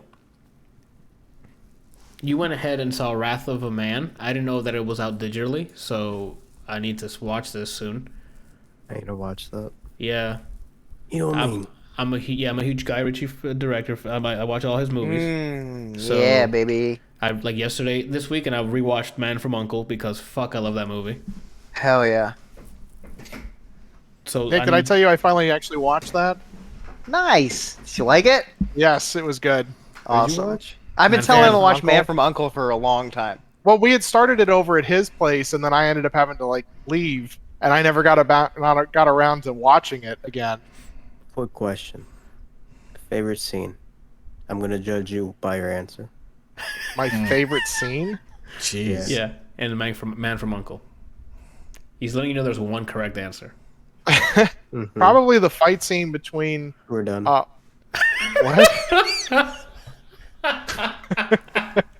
He wants the car what's scene. the correct answer? He wants the car scene. It's the truck scene when he's eating. Yeah. Where he's in the car making a sandwich while the fucking ships he or the plays boats are Italian. exploding. Oh, I Yeah. forgot about that Fucking one. jazz. The Italian music's playing in the background. Yes. Oh No, my God, I it's so really good. just enjoyed the scene where they're like fighting in the bathroom, and then they like stop, and the guy comes in and goes, "Oh, I see you've met your partner or whatever." Yes. You know, or that you guys are gonna have to work together, and they're like, You're like, what? God, that movie! I love that movie so much. It's too good. So Randall, the new movie by Guy Ritchie. Wrath of a Man from U.N.C.L.E. Yeah, Wrath of Man from U.N.C.L.E. What are your thoughts? Stars Jason Statham, if you will. Jeffrey Donovan. Okay. It's a dude from Hitch. I don't know if you saw Hitch. I did, but I don't remember by He's the name. guy that Vance Munson, the one that asked him for help on how to sleep with the girl, but I don't remember. I watched. That's what movie I watched Paul once. Blart? Talking about well, yeah, Kevin Paul James? Blart is in that movie. Richard Donovan is his name, or Donner? Jeffrey Donovan. Jeffrey Donovan. He had a very small part. Anthony. Burn Notice. Oh, he's in Sicario too. Halt McCollany. McElhaney. McElhaney? Yeah. And Actually, I'm not sure. It could be pronounced either way. and Clint Eastwood's son is in here. Clint Eastwood? Yeah, Scott Eastwood. Oh, Scott Eastwood. His son is I thought you in said it. Clint Eastwood was in it. Nah, his son Okay. is in it. His son. I'm like, I thought he just Can you stopped. see still? What? Can Clint Eastwood see still? Yeah, he's a His director. eyebrows over his eyes. I think He he's turned been- 91 today, I think. I think he's been really. Pretty sure. Hang on. I didn't know he was that old. May 31st. Yeah, he turned 91 today. He was born in 1930. Oh, well, God bless him, dude. Okay, I didn't know that. I didn't even think he was that old. I thought he was like Jeez. 60s. Oh, maybe dude, he's old as 70s. shit. Yeah. Oh, hey, I guess he used to do directing stuff. I don't know if he's still directing anymore. Oh, nice. Well, I mean, what is? I think the last movie I remember him directing was Gran Torino. I still have to see Yes. that. Kelsey keeps telling me to watch Oh, it. I keep so forgetting good. to watch Good it. movie. Gran Torino. Yeah, that's when he Good plays movie. the racist, right? Mm-hmm. Yeah, I gotta see that. So this movie is pretty much about the world that you love. The mafia world. Yeah. Oh my God, let's go. But it's I'm the in. way- I'm in. The man. way it's presented is not in a traditional fashion that you probably used to seeing. I mean, it obviously is more modern, but they don't dive into the world that much, Okay, because it which focuses. is one of the gripes that I have with this movie. But basically, the movie is about Jason Statham and his son.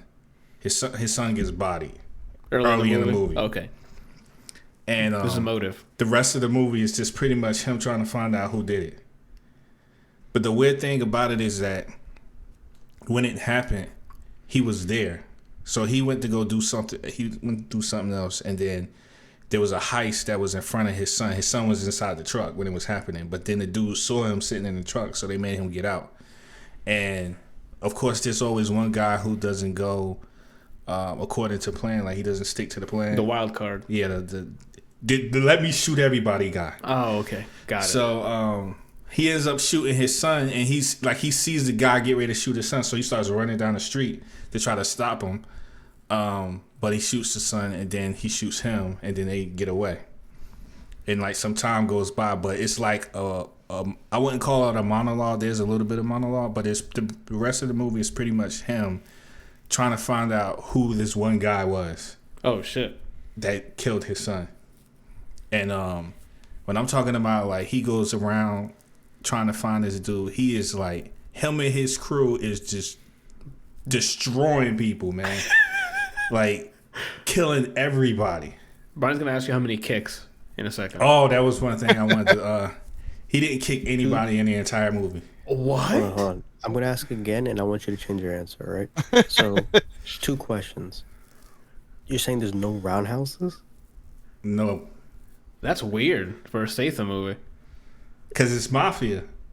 There's no hand-to-hand combat stuff like that. Oh, this it's just isn't- get shot. Well, Oh, this isn't Yakuza. This is like So American this games. this is Statham in a Guy Ritchie movie. Yeah. This Yeah. isn't Statham in a Statham movie. yeah. Correct. Let's get Okay. it. So, second question: does at any point does he say, "You know, mate"? Does he say that? Actually, no. He was probably playing an American character, so I probably. Nah, he plays a character from Europe. Oh, then he probably does say it. Nah. I can say it again if you want to remember. Nah, he doesn't. What? He's Yeah, I don't know. in this movie. Again, with, keeping with the mafia theme, he's the head honcho usually has very little to say. It's more like, I want this done, and then his goons go to town doing what he said get done. And then if somebody messes up, they're like skip. Like, is this part in the movie where like, they were supposed to be doing something, and one guy, it was like a time situation, and one guy couldn't get to the location he was supposed to get to, and it was completely out of his control. Like, it was like a huge accident or something like that. Right. And there was no way for him to get to it. The next scene, when they showed like the 3 guys that was part of that scene waiting to go into the office to talk to him, the dude was like rethinking his life. He was talking to his boys, was like, "Hey man, I had a good run with you, you know." I was like, "Jeez, yo, it's just a conversation." No, Yo, man, that's. They I'm made getting him tingles. That's they power. made him terrifying, Yeah. like Jason Statham's character. As far as like No roundhouses either. That's crazy. with That's no real. roundhouses. Oof. That's good. I'm gonna give you one more thing. Okay. All right, and because I'm trying not to spoil the movie, but there I was this. lied. He does do a roundhouse. I appreciate this review, honestly. Like this is really good without spoiling it. Yeah. There was this one part in the movie. This goes to show you how terrifying he is. There was this one part where he was inside of a truck, and these dudes try to rob the truck. He gets out of the truck, and they see his face, and everybody left. They probably saw his legs shake. They're like, I'm not gonna get hit with that. So, Yes. needless to say, this guy has a lot of power and intimidation. Like, his reputation precedes him. Yes. And Mafia life. it's just the movie of him trying to find the guy who killed his son. And like I said, I'm reiterating, his boys, they clean house, man. Anytime they come across somebody, the person looks like meat after they're done with him. Shit. Okay. How's usually in Guy Ritchie movies they have fantastic like back and forth, like small quips and stuff. Is the dialogue still It's entertaining? nothing like Snatch or anything like that. Okay. I wouldn't say the dialogue is as strong as his previous movies. Like Gentleman or Men from Uncle or okay. Damn. I mean, Yeah, they do have some quick like between him and another character, but it's nothing like. At least, maybe you guys might think it's like really good, but I was like, I see what you're doing here. It's pretty cool, but you know, it was entertaining at the very least. That's all I needed to hear. I got a question for you. Right after you say if it's a game of the year or not, I have a question for you. Okay. You can go ahead, Randall. You can keep going. He said he's going to ask you after you're done. Obviously, I definitely recommend the movie. It was a good movie. Yeah, it was a good ride. I didn't know they released it digitally. I thought it was theaters only, so I was waiting. That's why I asked you if you saw it, but it was the day you had left To go help. to go to journals, and I was just saying, I was like, well, I can't find nothing else to watch because I'm not watching Cruella, so I'm just. I'm gonna watch. Why not? I wanted to watch. Yo, that. I heard reviews on that. I am. What happened? Sorry, go ahead, Randall. Is it bad? I heard reviews on the movie. No, I heard that it was done very well. Okay. But What are you hiding, Randall? speak up.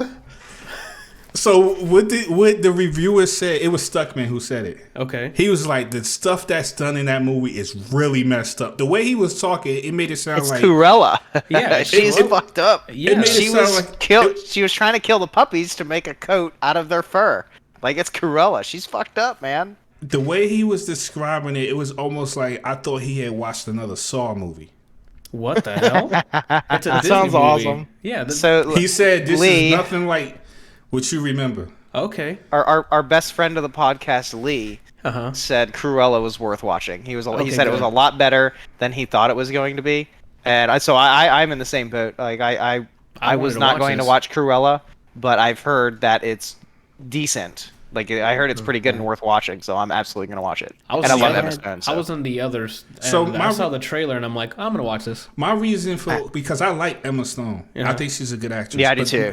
But I my think she's reason for not watching it wasn't because I didn't think the movie was going to be good.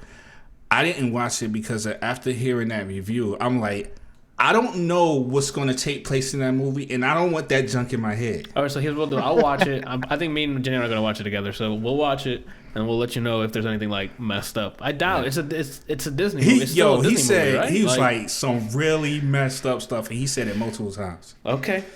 You're gonna watch it this week? I'm gonna watch it too. Yeah, I guess If you're gonna watch it, if you can confirm this week, I can watch it and then we can all talk about it. Yeah, let's shoot All for right, that I'll watch because it we this still week. need to plan Quiet Place Part 2 And Castlevania. and Castlevania. So we'll see what we can. The reason I normally I have no expectations for things because that way nothing lets me down, right? And the other thing was, one, I never cared about Cruella, and then two, if it didn't feel like right casting, at least aesthetically. So when I see Cruella, I think older lady, or not necessarily older because it seems like this is before the Dalmatian movie from Yeah. the trailer Yeah. that I saw. I didn't feel negative vibes from Emma Stone the way that I would think. So like the way that Angelina Jolie was cast for Maleficent, I saw that because she can play that kind of character. Yeah. But I didn't see that from Emma Stone. So me not caring about Cruella and then that, I was like, this probably gonna be I ass. had the complete opposite. I watched the preview and thought this was basically Disney's Harley Quinn. Oh, okay. Then I gotta check. Now that there's a huge question mark over, and I can't wait to go watch it. Yeah, I have no clue what to Yeah. expect from this movie. I thought it was just going to be trash, so I was like, I'm probably going to skip this one. But after hearing several people say I should watch it, I'm going to. Same. All right. Well, we'll I'll try we'll to sort out watch it this week then. we'll sort out the timeline then. To see what's popping. I don't know why I said it like that. I'm sorry.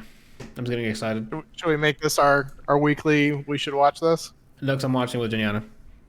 Oh. She called Yeah, I dibs don't as soon as we saw the trailer. She's like, "We gotta watch it." I'm like, "Bet." I got another one that we could watch together. It's called Robot Jocks. This sounds Oh, we like also another still have movie. to do. We still have- It's we it's have another one in- of those Buckaroo Banzai type things. We have one in the books. I forgot which one it was. you Sweet. gave us. Jim Oh yeah, that's Cotta, right, Jim Cotta. yeah. That's right. Anyway, sorry to derail. No, I you're don't fine. know when we're gonna watch that. I mean, if you guys are free weekends, but as of this month, most of my days are gonna be booked. Oh fuck. Damn, look at you, Mr. Popular. No, not in that way. I guess we'll get back to that. We'll get back to planning that out. So it's okay. Back to Man. What is it? I always forget the name of this movie. Wrath of a Man. Wrath of a Man Man. from Uncle. Wrath of Man from Uncle. Yeah. So it sounds like it's a recommend, which is Brian had a question, I think. Oh, that's right. Well, you have to answer if it's game of the year or not. Well, I said I recommend. I definitely recommend. Okay, it. so yes. Okay. All right. So, when it comes to revenge action movies, which one did you find more interesting? Taken, John Wick, or this? I'm sorry. I'm gonna have to say John Wick. Hell yeah, baby. Free Free John Wick. Well, because Brian, remember one of his complaints was they didn't get into the lore of the world. Where John Wick, they actually took some time to be like, oh, these coins, the Continental, like the rules of the lobbies and stuff. Like they took time to do that. I mean, John I Wick see it was as- incredible. So I Yes. see it as a complaint, but I'm just saying, non-Roundhouse and With a Jason Statham. pencil. With With a a fucking pencil. All right, so real quick, some of the negative stuff that I had in here, I put for worst character was this dude named I think his name is pronounced John, Wick? but it's spelled Jan. But I said his behavior was That's really Jan. Jan.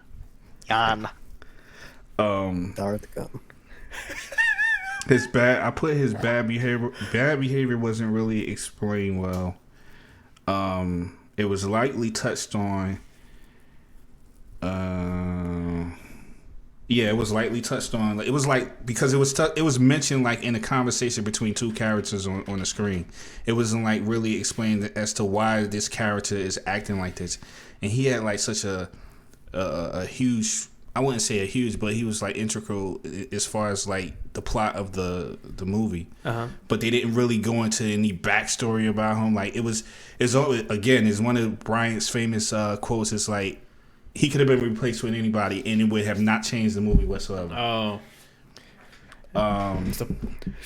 Excuse me. They just had a body there. Yeah. And that's pretty much what all the negatives that I had for this movie. I was like lack of character development for the antagonist, which is the John character. Yeah. And even with Jason Statham's character, I said lack of character lore for H, because that's what his name was in the movie. It's just H. Just the letter H? Yeah. He was an MIB agent then. No explanation as to how his operation works. What none of that stuff. None of that stuff that you like enjoy as far as like diving into the world of the mafia world. None of that stuff was explained. None of it. It's just basically as if you were on some sort of like ride along in a car. Like you're just watching stuff unfold, but you don't know why or who that person is or why they act like this or why this relationship is like this, and you don't know anything. They never like touch on it. You're just like a new guy at the first day at the job, and you're like, oh, follow the head honcho for a day. Yeah, and and like, then somebody all right, at the end of the day says, "So, what did you learn?" I ain't learned. Don't fuck with H is what I learned. Yeah. You know what I mean? You know what I mean? I'm a fucking peaky blinder. He wishes. I do. Get myself a little fucking knives in there. Rough up on man's face. A lad's face. Anyway. Business. Rolls. For us. Alright, enough of that. Alright, cool. I'm excited for that then.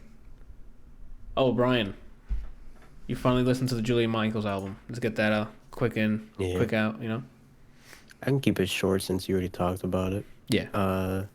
As soon as I click the album, so I can see all the songs in it. Gotcha. I'll buy some time. I found it. Oh, Alright, so boom, Julia Michaels, right? yeah. I didn't hear her album before that. I just heard the singles that you played, and the ones that I heard, I enjoyed. Yes. And the thing about her is the way she writes. After you showed me like 3 songs only. After that, I can tell when she wrote for other artists. The first example of that was you said you listened to Selena Gomez's album and you played a song, and I asked you, "Wait, is that Julia Michaels?" And you said, "No, Selena Gomez." I looked into the credits. Julia Michaels wrote that song. Well, they're friends, so that makes sense. Yeah. Before I get into this album, what I like about her is, one, she's talented singing wise. 2, the same thing with almost every female artist that I've reviewed this year. It's alternate pop, or like it's not cookie cutter bubblegum B&B bullshit you hear on the radio just to get plays, right? It's pop in terms of audio quality, but it's alternative or indie in terms of like content or lyrical content, right?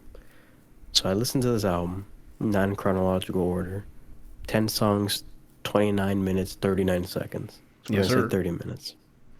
There's 10 songs. I hearted 1, 2, 3, 4, 5, 6, 7 of them. Yes, sir. It's a good piece of work. The 3 that I didn't heart is not to say that they sucked. It's that they were just missing a little bit of it.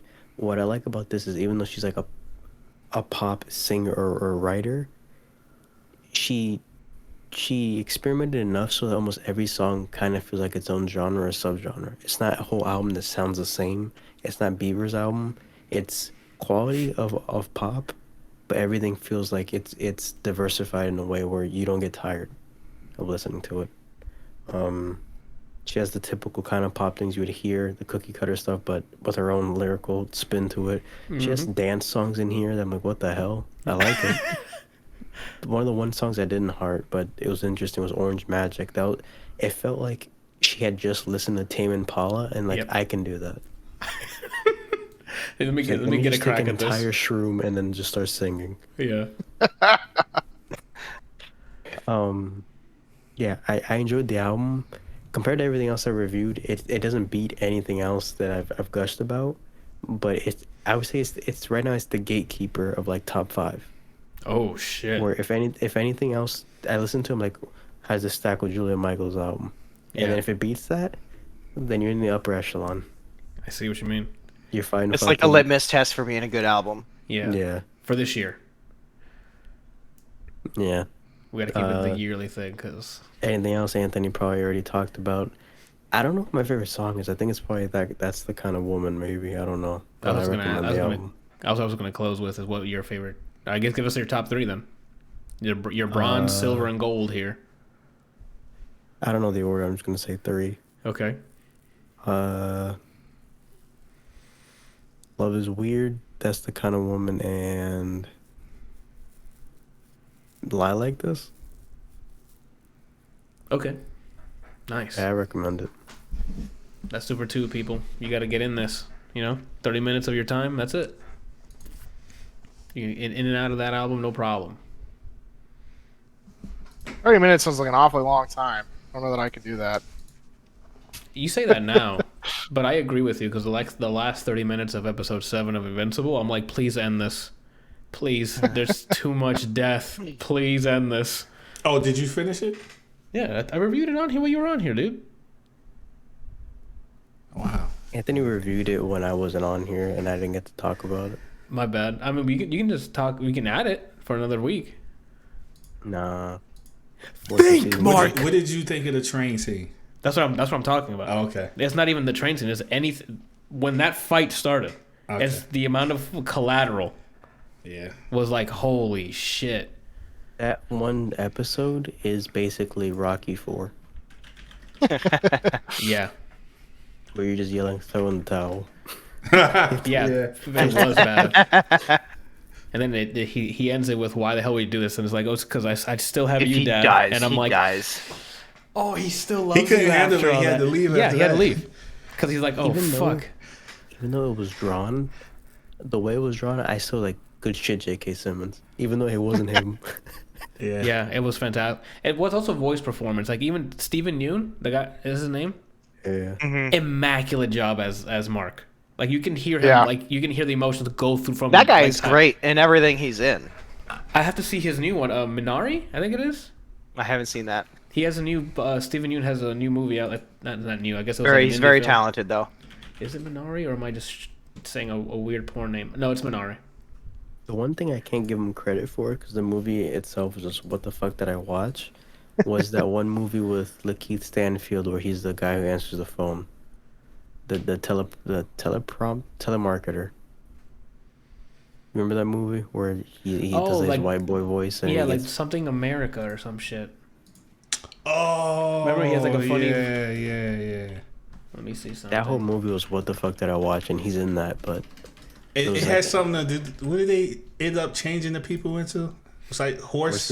Yeah, like horses or some shit. I forgot. Horse or something like that. Sorry to Bother You was the name of the movie. Yeah. That movie was really weird. Sure was. It's just our weekly reminder to go watch Invincible because it's fantastic. Anyway. I have a question. Hold on. Only question. I don't have to review the show. Just one question. Yeah. Did everyone here watch it, or is everyone but Nick? Invincible? Everyone but me. Yeah. Although I will watch it if we want to have another review on it. How did you feel about his girlfriend? I hated her. I hated her frame 2. First frame, I'm like, oh, and the second frame, done. Why'd you Move her hate out. her? Okay. Randall. I'm on the same boat. Oh, then go ahead, Brian. Speak yours, and I'll tell them why on my end. I don't want to spoil. Oh, fuck. Okay, well, you.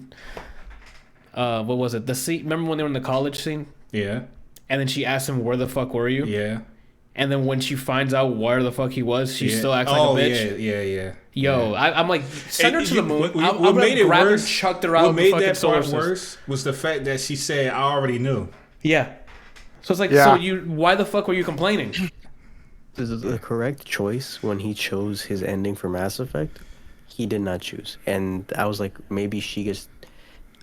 In my head, I wrote the backstory for his girlfriend so that I would care about her, or she was at least interesting, and it didn't happen. No, I did not care for her. I'm like, please end this so you can at least get with Adam Eve.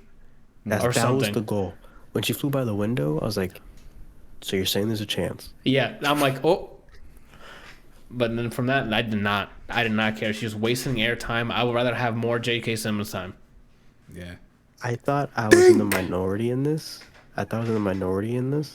But you and then a bunch of friends from like another Discord server, I only know one person that liked her. No, I did not. No, she's a total bitch. Like, how are you gonna get mad at him for Doing what he does. If that's what he was really doing, how are you gonna get mad at him for that? Like, seriously. I know. I was like, Even the run quickly fast guy's wife, she had issues with it, but she was still down. You know what I mean? I mean, she's Russian, so like, they you know what I'm saying? She can get the Yeah, mob I on know. him. So That was the one whole complaint. Everything else it's hard to complain about the rest of the show. Who's your favorite character?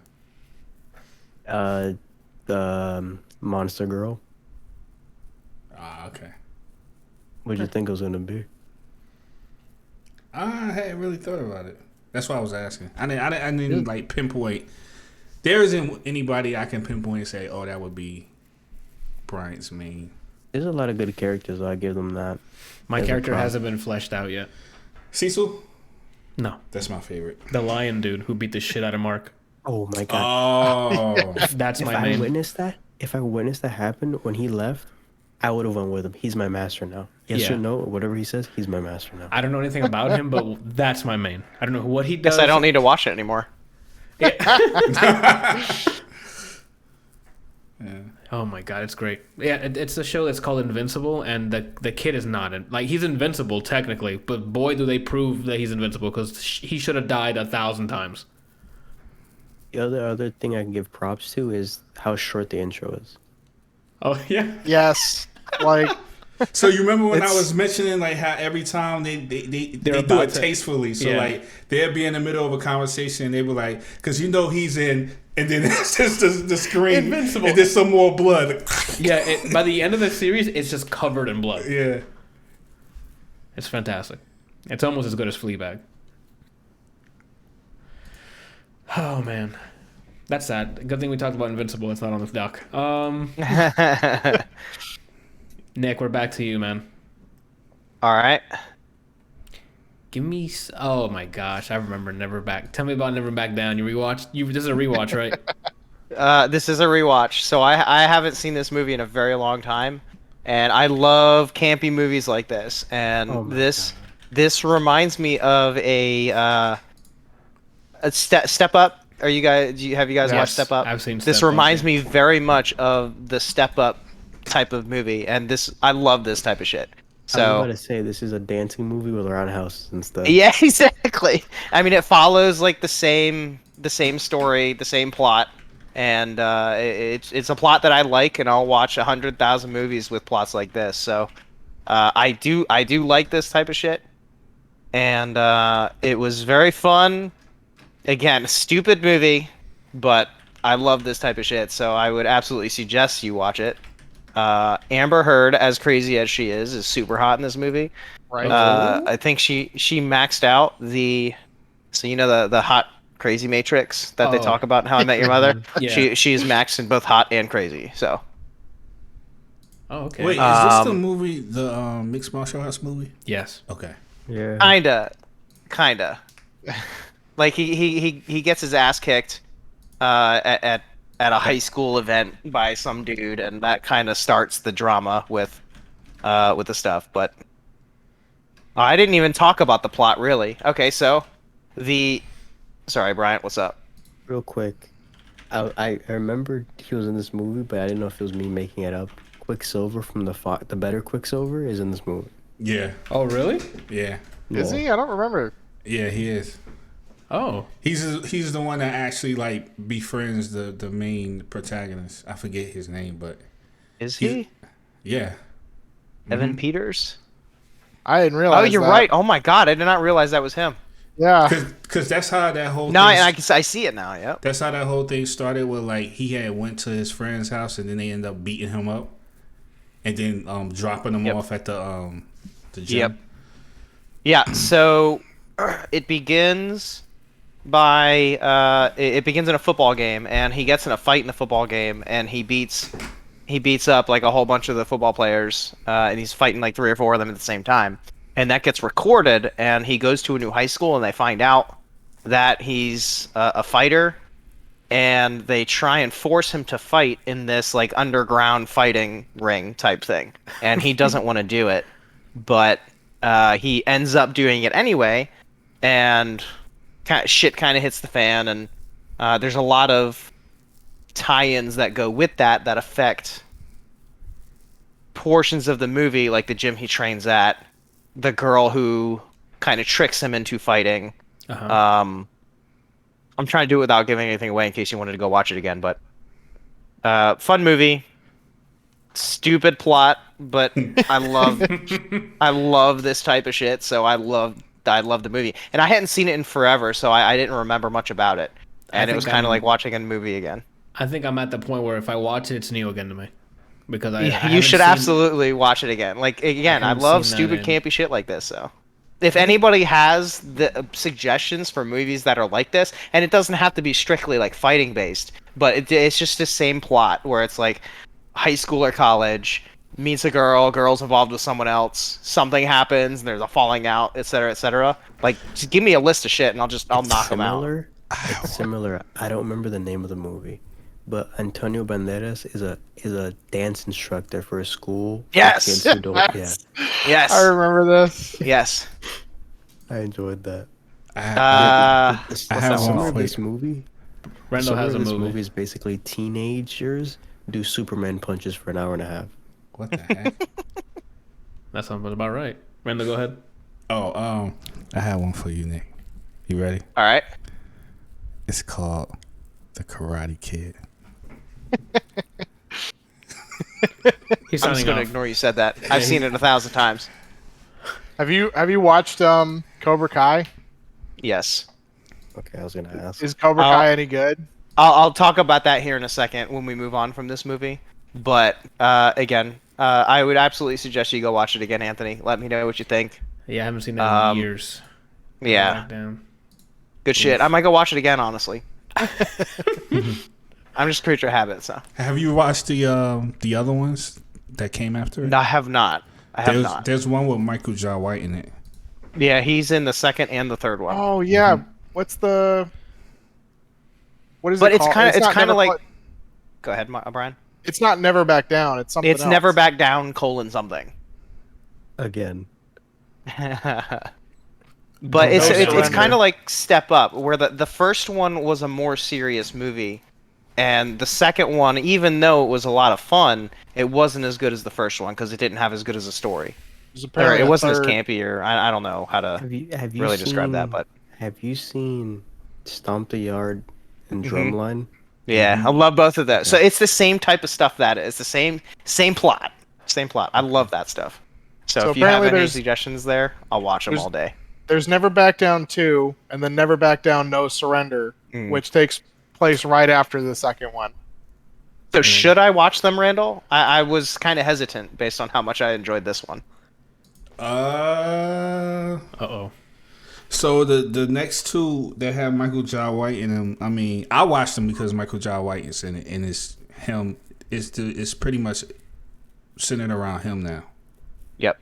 I mean, there are guys who are involved, still like the high school kids, like you're talking about, but Yep. it's the movie's more about him. instead I of the love Michael kids. Jai White, so I don't think if you're going for campy high school stuff, it's not. Those movies aren't about that. okay. Randall, I did might, you I might see, still give it a watch. I'll just put it low on my priority list. Randall, did you see Triple Threat? Yeah, Yeah, I think he reviewed it on here actually. yeah. Okay. If it's a martial arts movie, there's a 9 times out of 10 chance I've seen it already. What's the movie that Michael Jai White's in where he's a street fighter? I think That's the one I was looking for. Blood and Bone. Blood and Blood and Bone. Bone, Oh yes, yeah. thank you. I was looking through his list. I was like, Good what? shit. Where the fuck is it?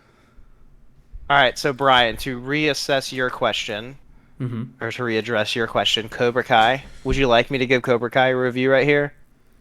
I mean, if you keep it Yeah, nice, if you short want and to. sweet, yeah, give it. Sure, I can keep it nice and short and sweet.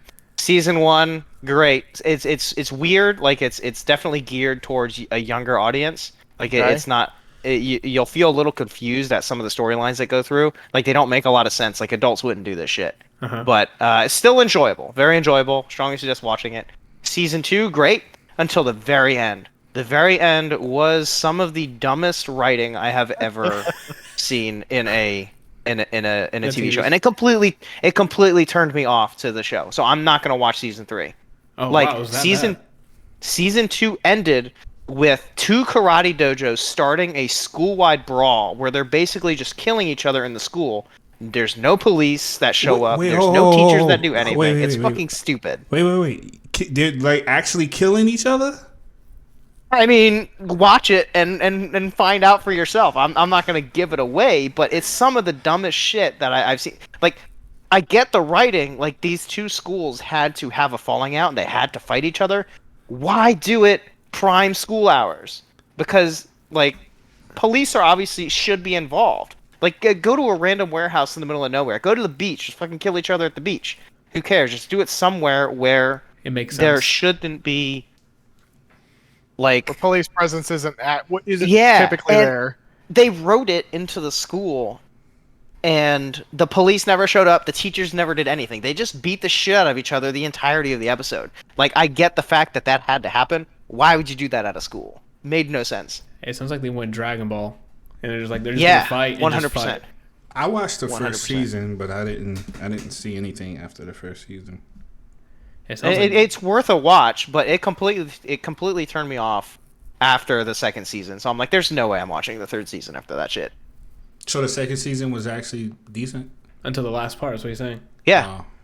Yeah, and it was decent. And there were people that absolutely loved that scene and thought it was amazing. But I'm just like, this makes no sense. And I'm usually all about dumbass shit in movies, but that absolutely made no sense to me. It passed your threshold. You're like, no. It passed my threshold of like, this is just completely unrealistic in a series of in a series that you're trying to make realistic. So It's analog nuclear. yeah, exactly. Don't you ever speak ill of Pacific Rim, or I will hunt you down. I'm just kidding. Like, Pacific Rim. I mean, Anyway, I'm with that's my Nick short on- review of Cobra Kai. You should watch it. Like it, if you like the nostalgia of Karate Kid, you should absolutely watch it. But I am warning you, there is stuff that doesn't make sense about it. Like, adults would never do this. So are you more more a fan of the campy for giggles part, or the mindless action of the other movies we mentioned? I mean, I'm all about some campiness about Okay, 'cause- anything really. I'm assuming the answer is yes here. Thinking about like the company you keep. Have you seen Kung Fury? Oh yeah, I love Kung Fury. Okay. I love Kung Kung Fury I was Fury. gonna is say so that, good. and then Turbo if Kid. you've seen the first Ip Man, that's an actually good movie. Yep. Oh yeah, The rest fantastic. of Ip Man is just watch him fight people he has Yep. no business fighting. Yep, I've seen all the Okay. Ip Mans. Well, actually, I haven't seen the newest one, but yeah, I've seen all the Okay. Ip Mans. There's one where he fights a boxer. I'm like, Yep. why? Mike Tyson. Yeah. That scene was actually really well done. Like, I've seen the fight scene with him and Mike Tyson, and it's really well done. But you can definitely tell it's choreographed. Yep. Anyway, that's my short review of Cobra Kai. Nice. Put about- it medium on your priority list. I wouldn't start watching it tomorrow. Gotcha. Strike fast, strike hard, no mercy, sir. You good, Rand? What did he just whisper? He whispered the saying of the dojo. The strike hard, strike Yeah. ass play, whatever. No mercy. Cancel my dogs. And Strike Yeah. hard ass play. Yeah, something like that. That is not what I said. Rest hard ass player. Yeah. Anywho, Kelsey, you played a What's game up? I've been curious to play because Borderlands. Yes. Tell me about Gunfire Reborn. So I'll be it's right in back. early access. Okay. It's been in early access for about a year. Yeah. I think this is the company's first game, and it's only $12 on Steam, and it is worth every goddamn penny. Okay. Oh, okay. Like, Adam and I have been. Adam bought it and said that he really likes it, and I was really interested in it when I first saw it, and then a couple of buddies of mine, they got it and have loved it. And then another buddy of mine got it and was like, this game is just amazing. Uh-huh. But it's basically a first-person shooter Dead Cells, Okay. where, you know, thought it was it's a third person. roguelite where you have, you know, you have all different types of guns. You have 4 different types of characters. As you know, beat the levels, there's only 3 stages or levels, I guess.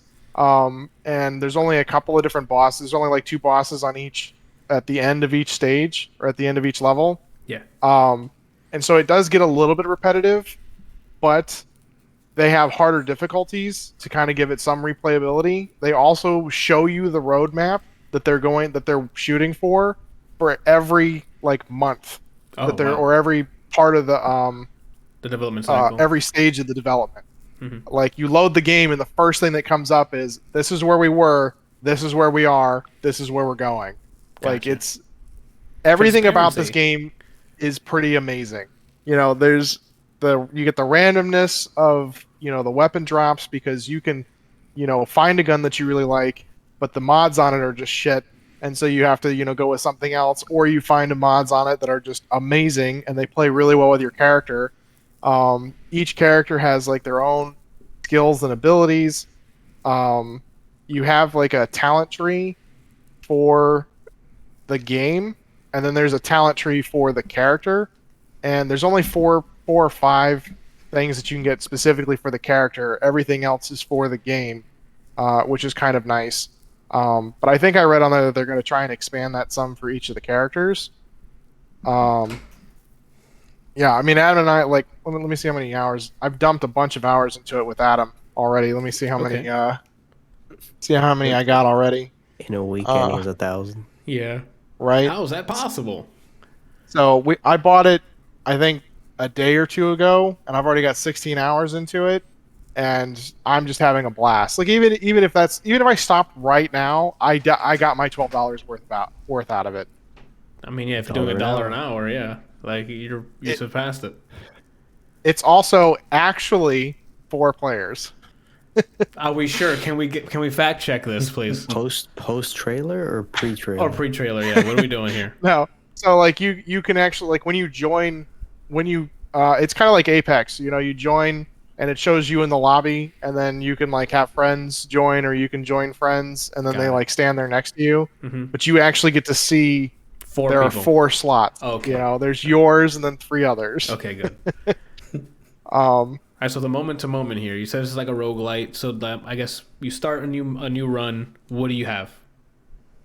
you have a basic pistol, Okay. and if you've gotten enough talents, there's a chest at the very beginning that you can open up to give you a random weapon.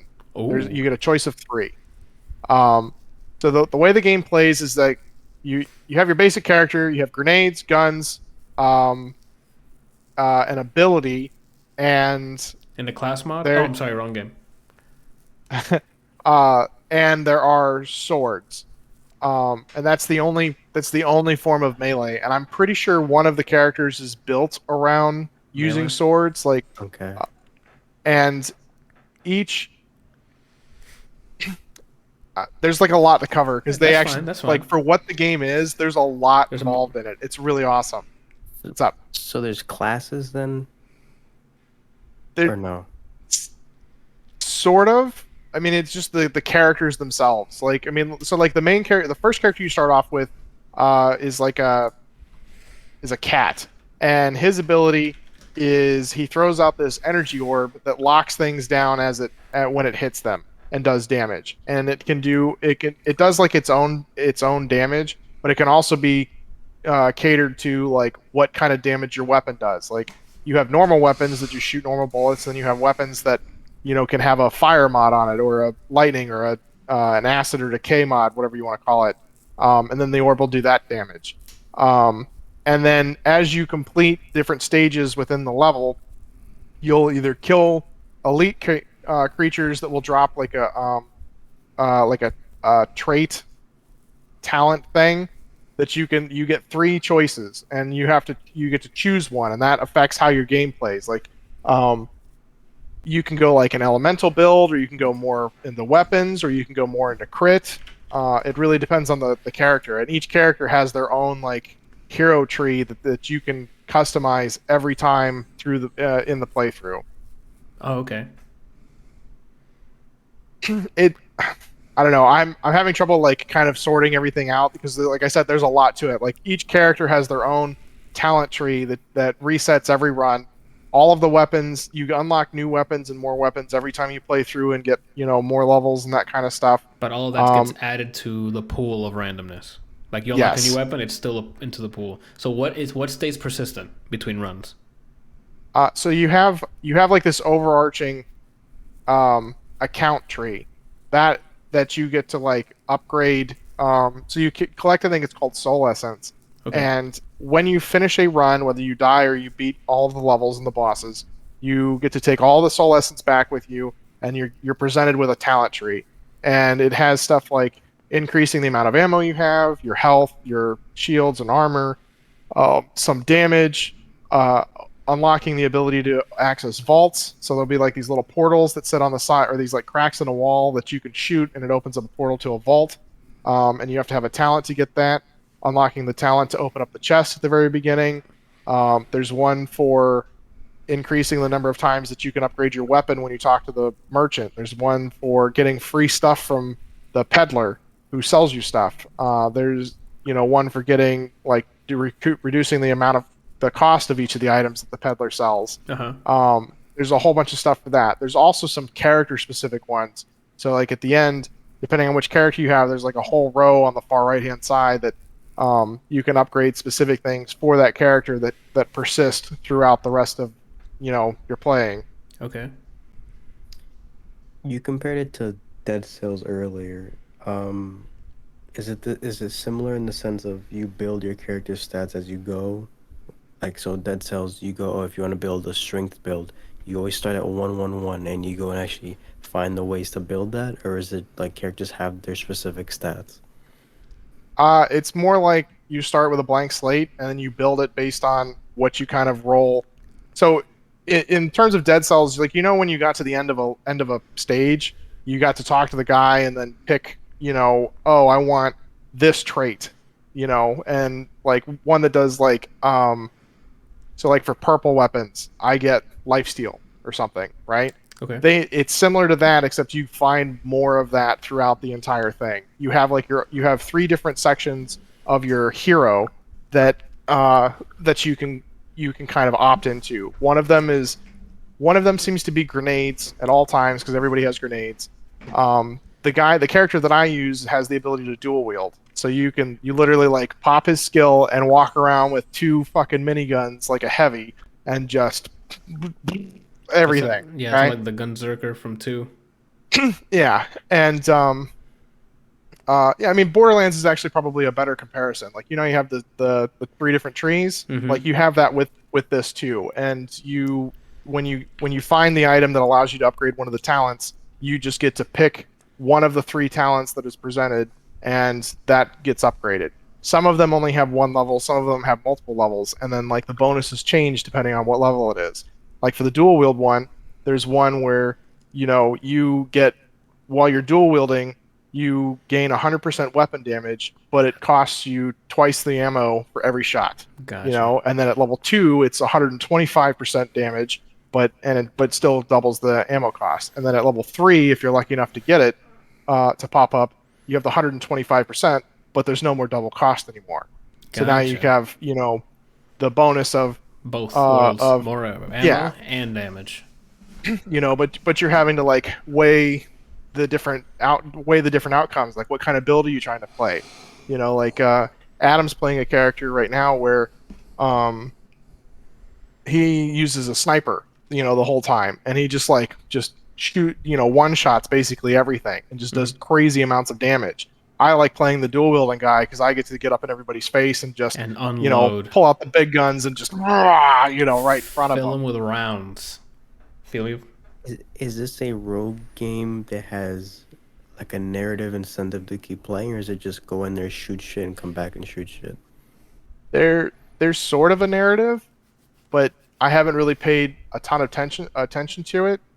But I think it's more along the lines of just go shoot shit, come back out, unlock stuff, go back and shoot shit, come back out, unlock stuff. And then the more, the more you unlock, the more shit that happens.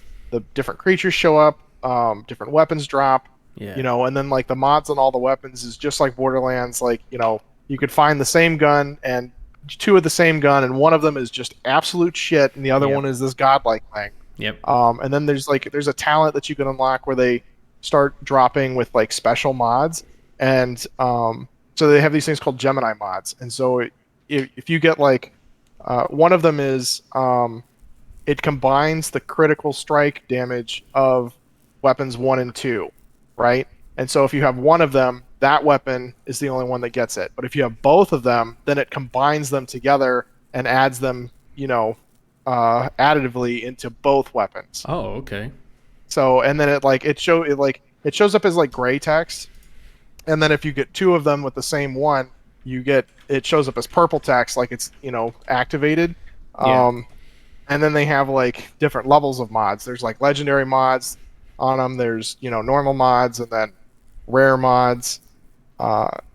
There's so much like randomness to it, and it's just so much fun, running through. And then like once you beat normal, you unlock elite, and once you beat elite, you unlock nightmare. And I think there's something after nightmare, but I don't know for sure because I haven't been able to beat nightmare yet.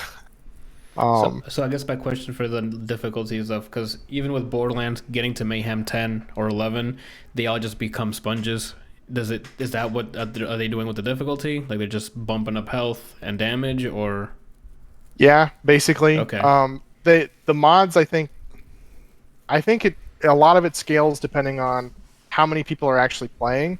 So like if you have more people, more stuff drops, and the enemies are harder. And then depending on the difficulty, it also scales that up even more.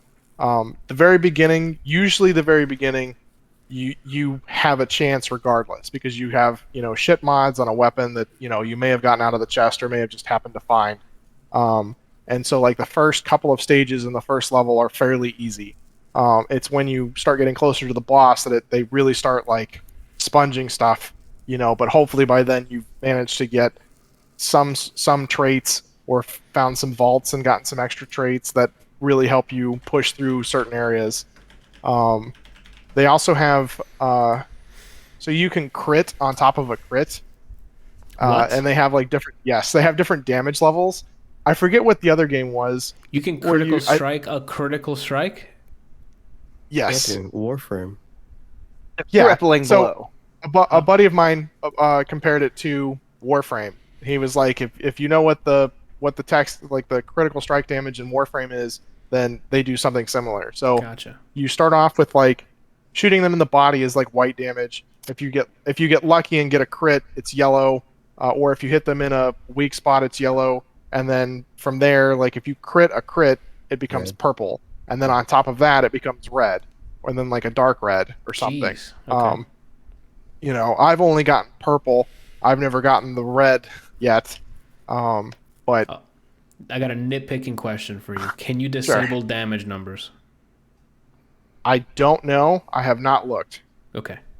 My pet peeve in games like this is I already have a health bar. Don't spam my screen with damage numbers. I want to know how much health he has. I look at the bar. I don't care if I'm doing a lot of damage. And Borderlands has not, for some reason, not given me that option. But that's just my personal thing. I like seeing the number. Makes me feel like I wear big pants. I Yeah, don't. I use the numbers to make sure that I'm hitting the correct places. Like there's clearly a sound thing to show that you're hitting in the right place. Yeah. Like if you hit them in the face or hit them in their weak spot, you hear the like, you know. Otherwise, there's not really a sound. You just hear the weapon shooting. But I have not looked. I would have to go through the settings and check. It's not a big deal. It's just I want to know. I want to congratulate the ones who give me the option and shame the ones that don't. Borderlands 3. But that's just me. I mean, it's a fucking boolean. Render this or no. You know, like what? Not difficult. That's not a difficult option. I want to take a sec and highlight the fact that earlier we talked about early access games and how you shouldn't buy them. And here we And are. here we are reviewing an early access game. Well, so I'm under the opinion that like that's for like AAA studios. You know, if this is this company's first game, you know, like there's only so much that you can do for funding and money and that kind of stuff. You know, especially if somebody's like literally building this out of their garage. Well, those I firmly disagree there because these are where all of the records for purchases are being broken are when these random people decide to get together and make a game, and it's a random studio that has 2 people working on it, and everyone's like, "Oh my god, you gotta buy this game!"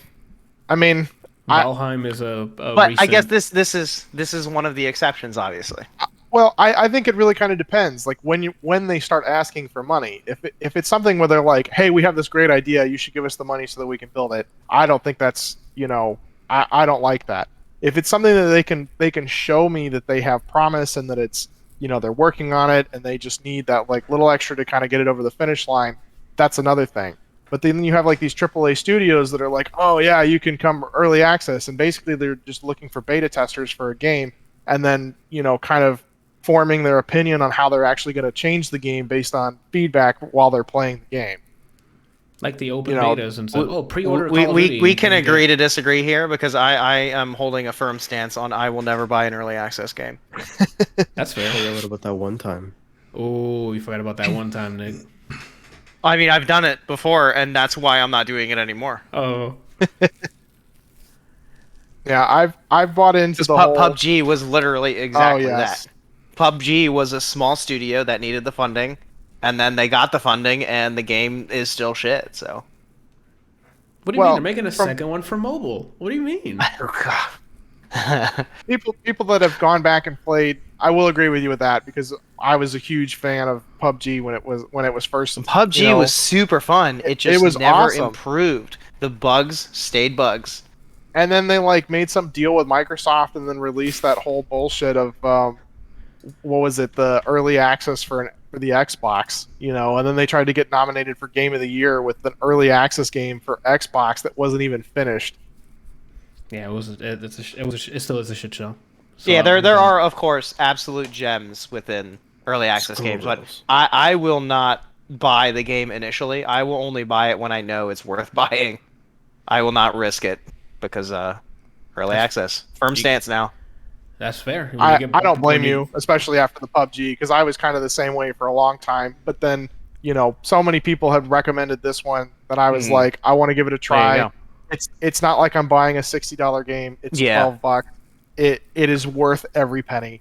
You know, It sounds like this is one of those that even if they didn't do Yeah, anything based else, on your review, it sounds like a lot of fun and worth every penny here. even if they literally stopped right now from doing anything else, I've already gotten my money's worth. I've put 16 hours into it. It's awesome. It's one of those things that, like, if more people got it and wanted to play, I would definitely jump on for a little while and play it with them, you know, and go from there and keep putting hours into it. It sounds like a roguelike Borderlands, and you get to shoot things. So I'm in. So what else? I had another question for the.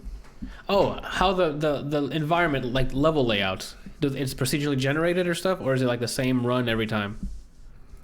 So I think they have an overall layout, but they procedurally generate how you get from one point to the other. So Gotcha. it's basically like a labyrinth where they have like a bunch of rooms, and then you may start in different areas, or they may only put you in like one area and just have like waves of enemies. And then to get from, you know, to go from point A to point B, you may not go to the whole left-hand side of the whole labyrinth. You may only take the right-hand door, that's open every time. Gotcha. And you can only backtrack so much in certain areas. Like because they have like each level consists of 5 stages. So you have like the one you start in, and then a couple of stages, and then you have the boss fight. And the boss fight is literally just that. Like it's only the boss fight. You're not having to like work your way through a bunch of shit just to get to the boss. Once you reach the final stage of the level, you fight the boss. Speaking of bosses, sorry to cut you off. Is it just another enemy that you found throughout your journey, or is it like this is the boss this area, you're not gonna find anything like this? And how are the patterns? Is there boss patterns at all, or is it just shoot this thing until it stops moving?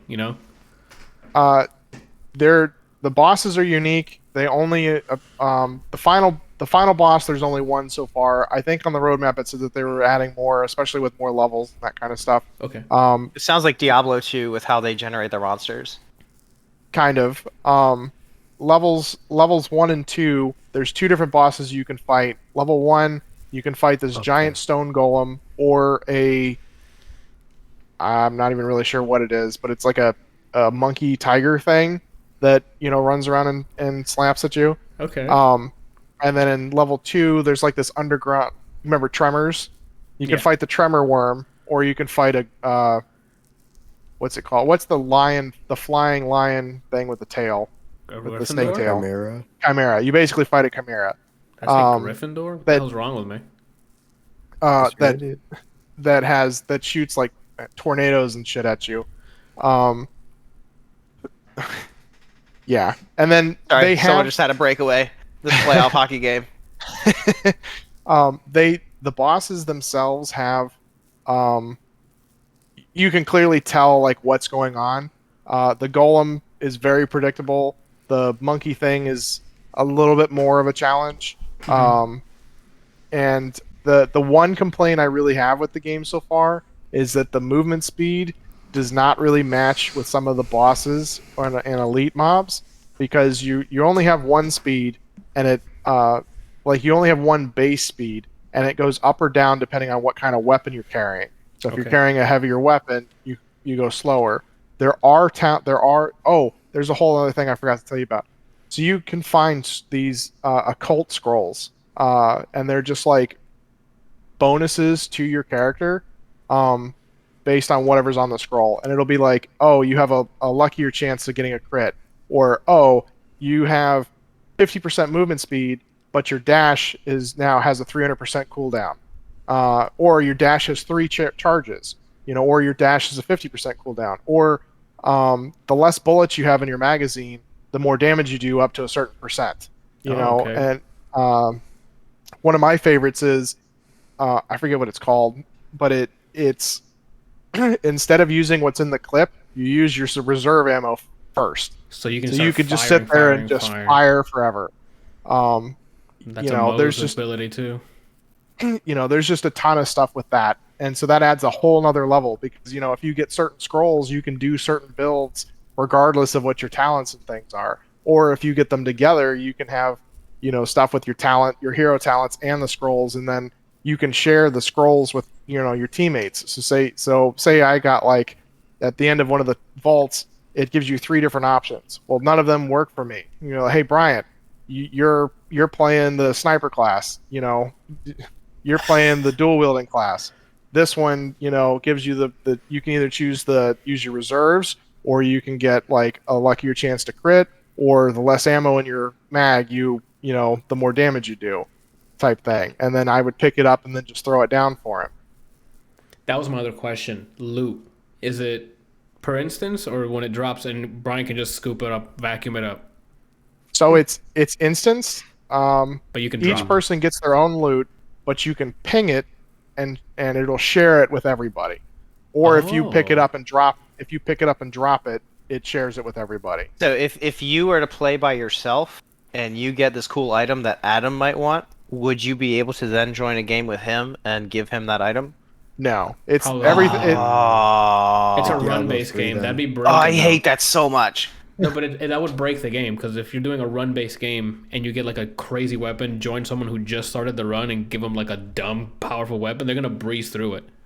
Yeah, but I mean, economy. There's no economy with those types of games. Well, yeah, That's yeah. my biggest gripe with Diablo 3 is there's no damn economy. Everything is personalized. But this And one- I I mean, hate it's- it so much. this is a different It's style just of like game. playing League of Legends. I know this is a different style of game, but just curious. It's just like playing League of Legends. I mean, you go in fresh, and Yeah. you can't just like join another It's game, true. and play. Like, oh, I'm level 18 in this game. Let This me go is true. join my buddy's game. And just Because So they're it's any not, carry it's left. not like an Modern. MMO. It's not like an MMO. You join an individual run and see how far you can make it through that run. Yeah, their Okay, their got it. networking. They tell you their Got it. networking is P2P, and so it's based off of the person's network. So Okay, whoever the got host it. network is. So it's not like a progressive game. No, well, Oh, it okay. It is to it's your a account. progressive. Yeah. It like you have you have the account tree where you get like the more soul essence you collect, the more things you can unlock for your account. But each run is just like League of Legends. It's completely brand new. You start from scratch. But the tree that you pick up beforehand, once you hit level 30, you can choose the talents. The talents that you want to take in for that character. That's basically what it is. Got it. So my only real complaint with the movement speed is that like some of the bosses and some of the elite monsters, they move quite fast, or they do like massive AoE attacks, Mhm. and you have to really like manage your dash. It's only got a 3-second cooldown, but some of the bosses seem to like do an attack that if you aren't like on the ball and dash out, or or moving quick enough, you're just going to get hit by it, and then they might turn around and do something else, and your dash is still on cooldown, and you really can't do anything to get away. That's my only complaint so far. Everything else about the game has been fantastic. And that's something they can change. Go ahead, Brian. Game of the year? Oh, there it is. I think it's going to be a good competitor. I think this is an amazing game so far, and if they keep up with their timeline with everything, I think it could definitely be even better. Okay. Good. I mean, But you have again, me if they curious do now, so- nothing else, I've already gotten my money's worth, and it is still worth buying. I mean, it's $12. Like, it's not. So- Go ahead, Brian. You said there was a melee build character, I'm pretty sure there's a character that has something that is based around melee. and you main them yet, or you're gonna have to unlock them? I haven't unlocked them yet that I'm aware of. That gives me the answers. I need. What is the unlock process like for characters? It's based off of your soul level, Got which it. is the talent tree. Like you have and like it tells you the progression. Like you see the talents, and it says like at level, you have the first row that you can use at right off the bat, and then the second one starts at level 5 or 10. Got And then there's a counter on the side that says, at 15 you can unlock this row, and at 30 you can unlock this row, and at 45 or 60 or whatever you can unlock these. And then it also has like a progression for unlocking, weapon drops and item drops and that kind of stuff. Oh, ammo and health are individual. You cannot share those. Oh, that's a good question. You leave me. How is ammo managed? It drops from basically everywhere, Okay. but there's always the chance that you're not going to get the ammo that you need. That's so what they have- That's an infuriating thing about Borderlands 3 is like, let's say I'm just using shotguns. You open up a chest and there's no shotgun ammo. Like, you could at Yes. least have it weighted. Like, oh, what does a character have? Oh, he's using shotgun. Let's increase the chance Yeah. of that weapon coming up. And they need to add that in Borderlands, because there's times where I'm like in the middle of something and Mayhem 11 and boom, no ammo. I'm running around like an idiot trying to like open up stupid crates, and they give me everything but what I need. So there's a couple of different things. So they have 3 different types of ammo. They have normal ammo, they have large ammo, and then they have special ammo. And they, each weapon uses a specific type. And they don't change types. Like, so if you find a pistol that uses large ammo, that type of pistol will always use large ammo. Okay. But you can either get ammo from the chest at the end of the stage, the chest from a vault, killing monsters, or just blowing up like vases and destructible items. They have like fire barrels that explode, and they have caustic barrels and just pots and that kind of stuff. Your starting pistol has unlimited ammo, so you will always have a weapon that you Oh, can thank use. goodness. Okay. And it does scale with your lowest Equipped gear. right. So like when you pick up a weapon, sometimes it'll have plus levels to it, and then you can talk to the blacksmith and you can upgrade it. Yeah. And all that does is increase the damage currently. I think there's plans to make it so that you can do other things with it soon. But right now it's just when you upgrade it, it increases the damage. And so if you have like a level 4 and a level 8 weapon, your offhand pistol will be level 4. Nice. That helps with, so you're not just caught with your pants down in the middle of a fucking fight. There's a couple of times that I've like had to resort to that, because especially in the very beginning, because I have like a large ammo weapon and I'm getting nothing but special and normal ammo, and I'm just like, please, for the love of God, give me something. It's happened to me too many times in Borderlands, so I hope they change it in Borderlands or in Gunfire. All right, I'm excited. I might have to give this a shot because I like Borderlands and I like roguelites, so it sounds great. Yeah. Oh wait, Jinx, you owe me a soda. Jinx. Fuck. Anyway.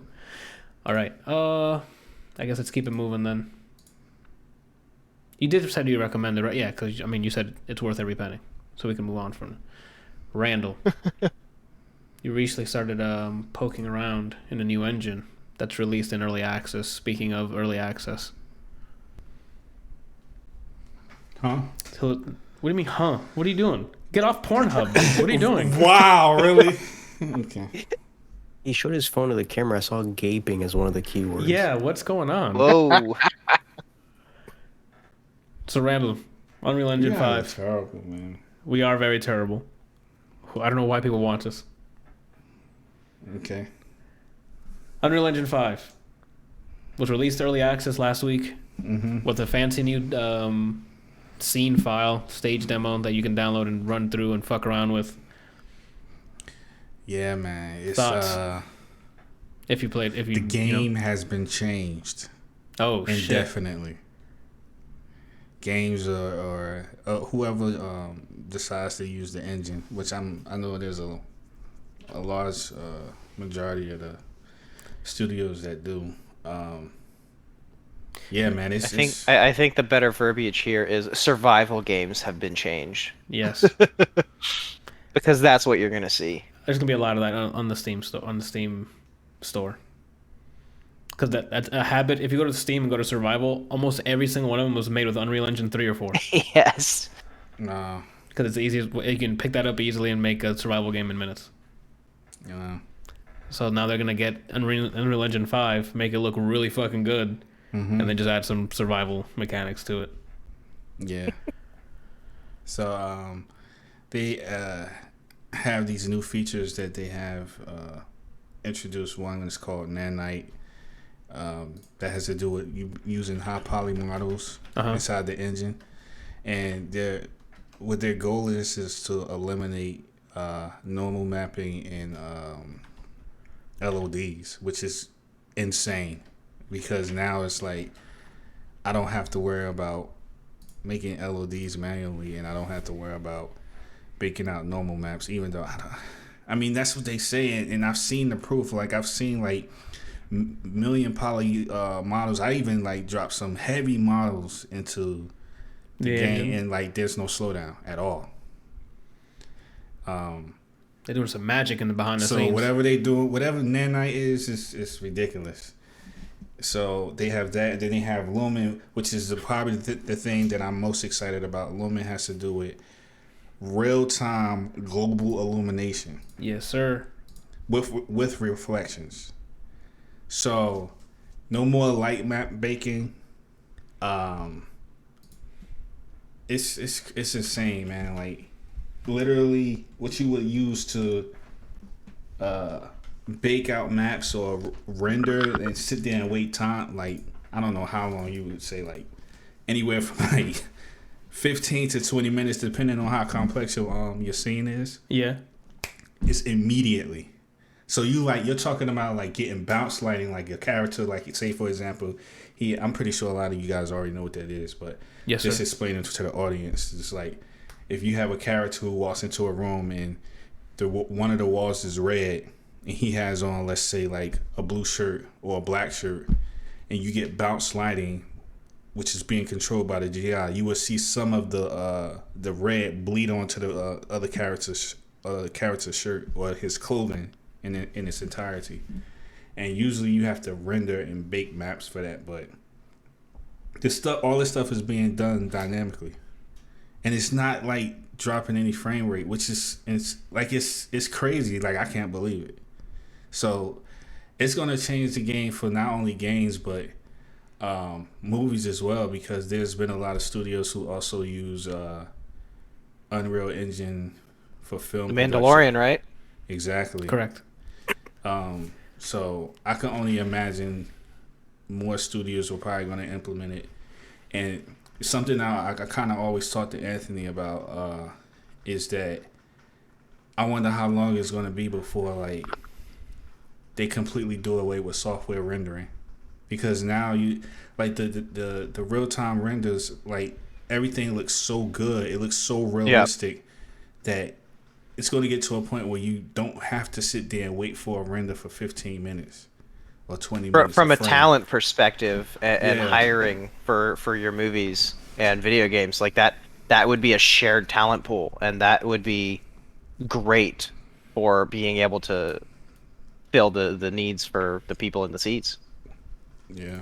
that do the work. Randall, how did it handle loading in the model from JHT with all those extra pipes on top of each other? It wouldn't even sneeze. Like it's when I say it's insane, man. It's like I don't know what kind of black magic they doing over there, but that junk is. There was like a Twitter. What was it? Was it on Twitter? Yeah, Twitter. With the dog one? Yeah. Yes, yeah, I know exactly what you're talking about. I saw that. Like, what in the world? Like, granted, I'm pretty sure like your graphics card has something to do with that, but still, I think the real time GI is screen space though. It's screen space? I think so. How do you guys know how Unreal does their payment model? Because like, what is it? Amazon's, whatever Amazon's one is, you can use it for free, build all you want, but you have to, if you use their networking, like server side stuff, then you start paying them money.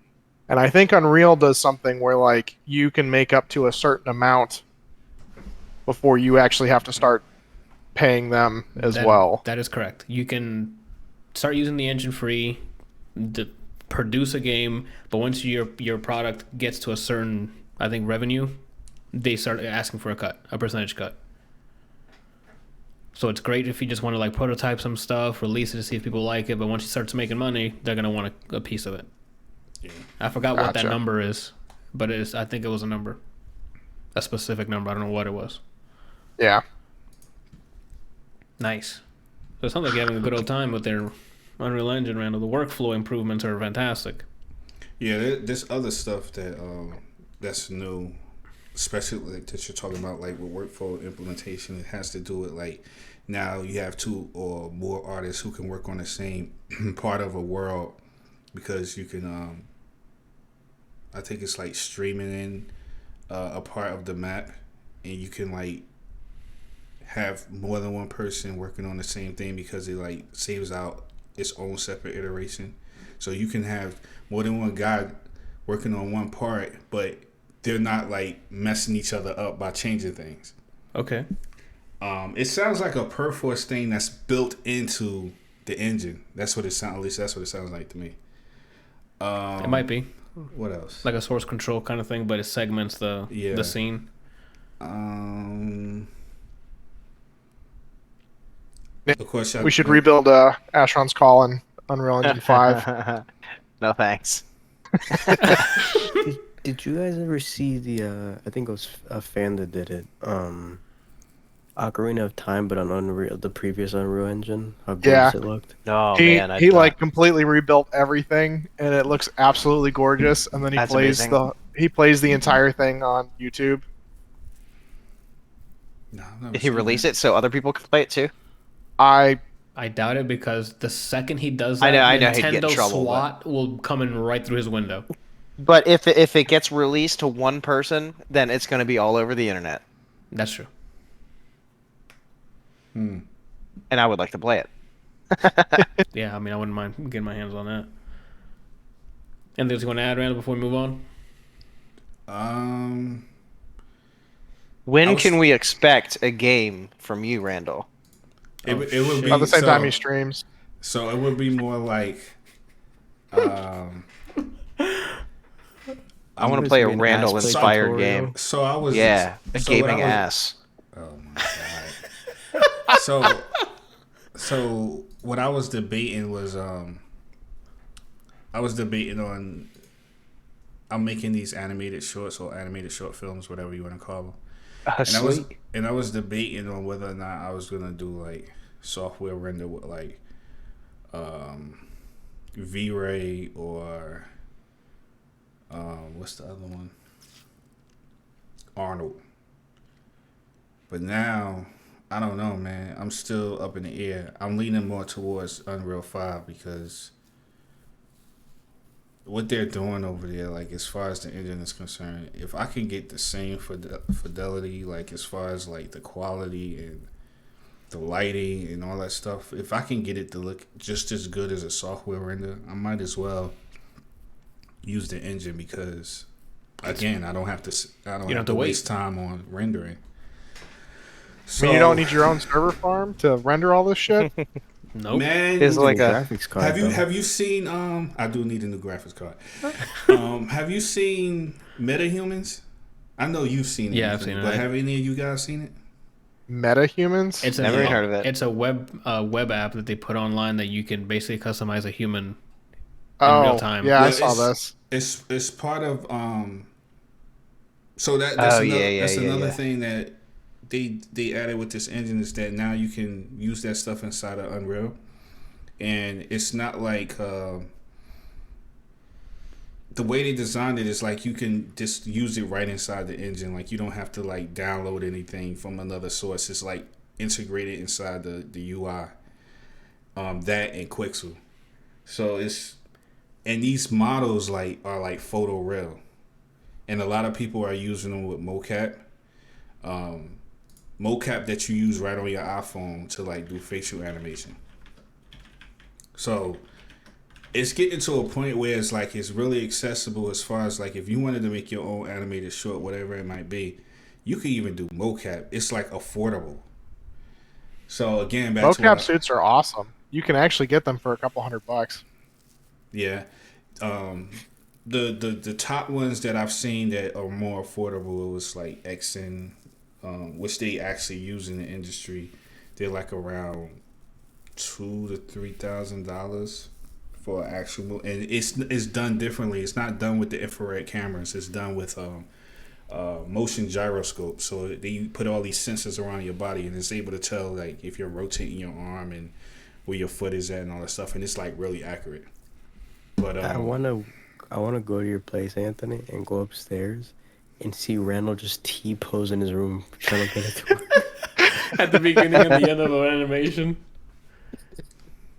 All right, reset. I know the first animation you should make, Randall. Here you go, Whopper. Yes, you catching it, the Whopper before it hits the ground. Fuck out He of can here. do it the way he's used to by dropping it and just play the animation in reverse, and that means he saved it. Yeah. okay. Randall, let me know when you release something. I will consume the content. There we go. Yeah, like I was saying originally, I'm in. I have these animated shorts that I'm working on, and one of the things that I was debating on was whether or not how I was going to like do the final product as far as rendering is concerned, and I'm leaning more towards Unreal 5 because that's the stuff on there is just it's crazy, and now that I can use like really high res realistic stuff, that's going to be cool. Well, these guys have a lot to say about your pornography habits and other things that you consume. So I'm excited to see what comes out of your head. First of all, they're Some lying. wild shit. And if a Some meteorite, wild shit. if a meteorite he could come was in for sitting people in the lying, living these room. jokers would be dead. Randall, no, I'd parry it back. A meteorite. Yeah, Okay. easy. Not No, a From problem. the future, I know how to dodge meteorites. Yeah. You can call me Omni-Man. Right. Think! I've also actually been training in martial arts, so There you go. It sounds like that meteorite needs to fucking think twice before coming to Earth.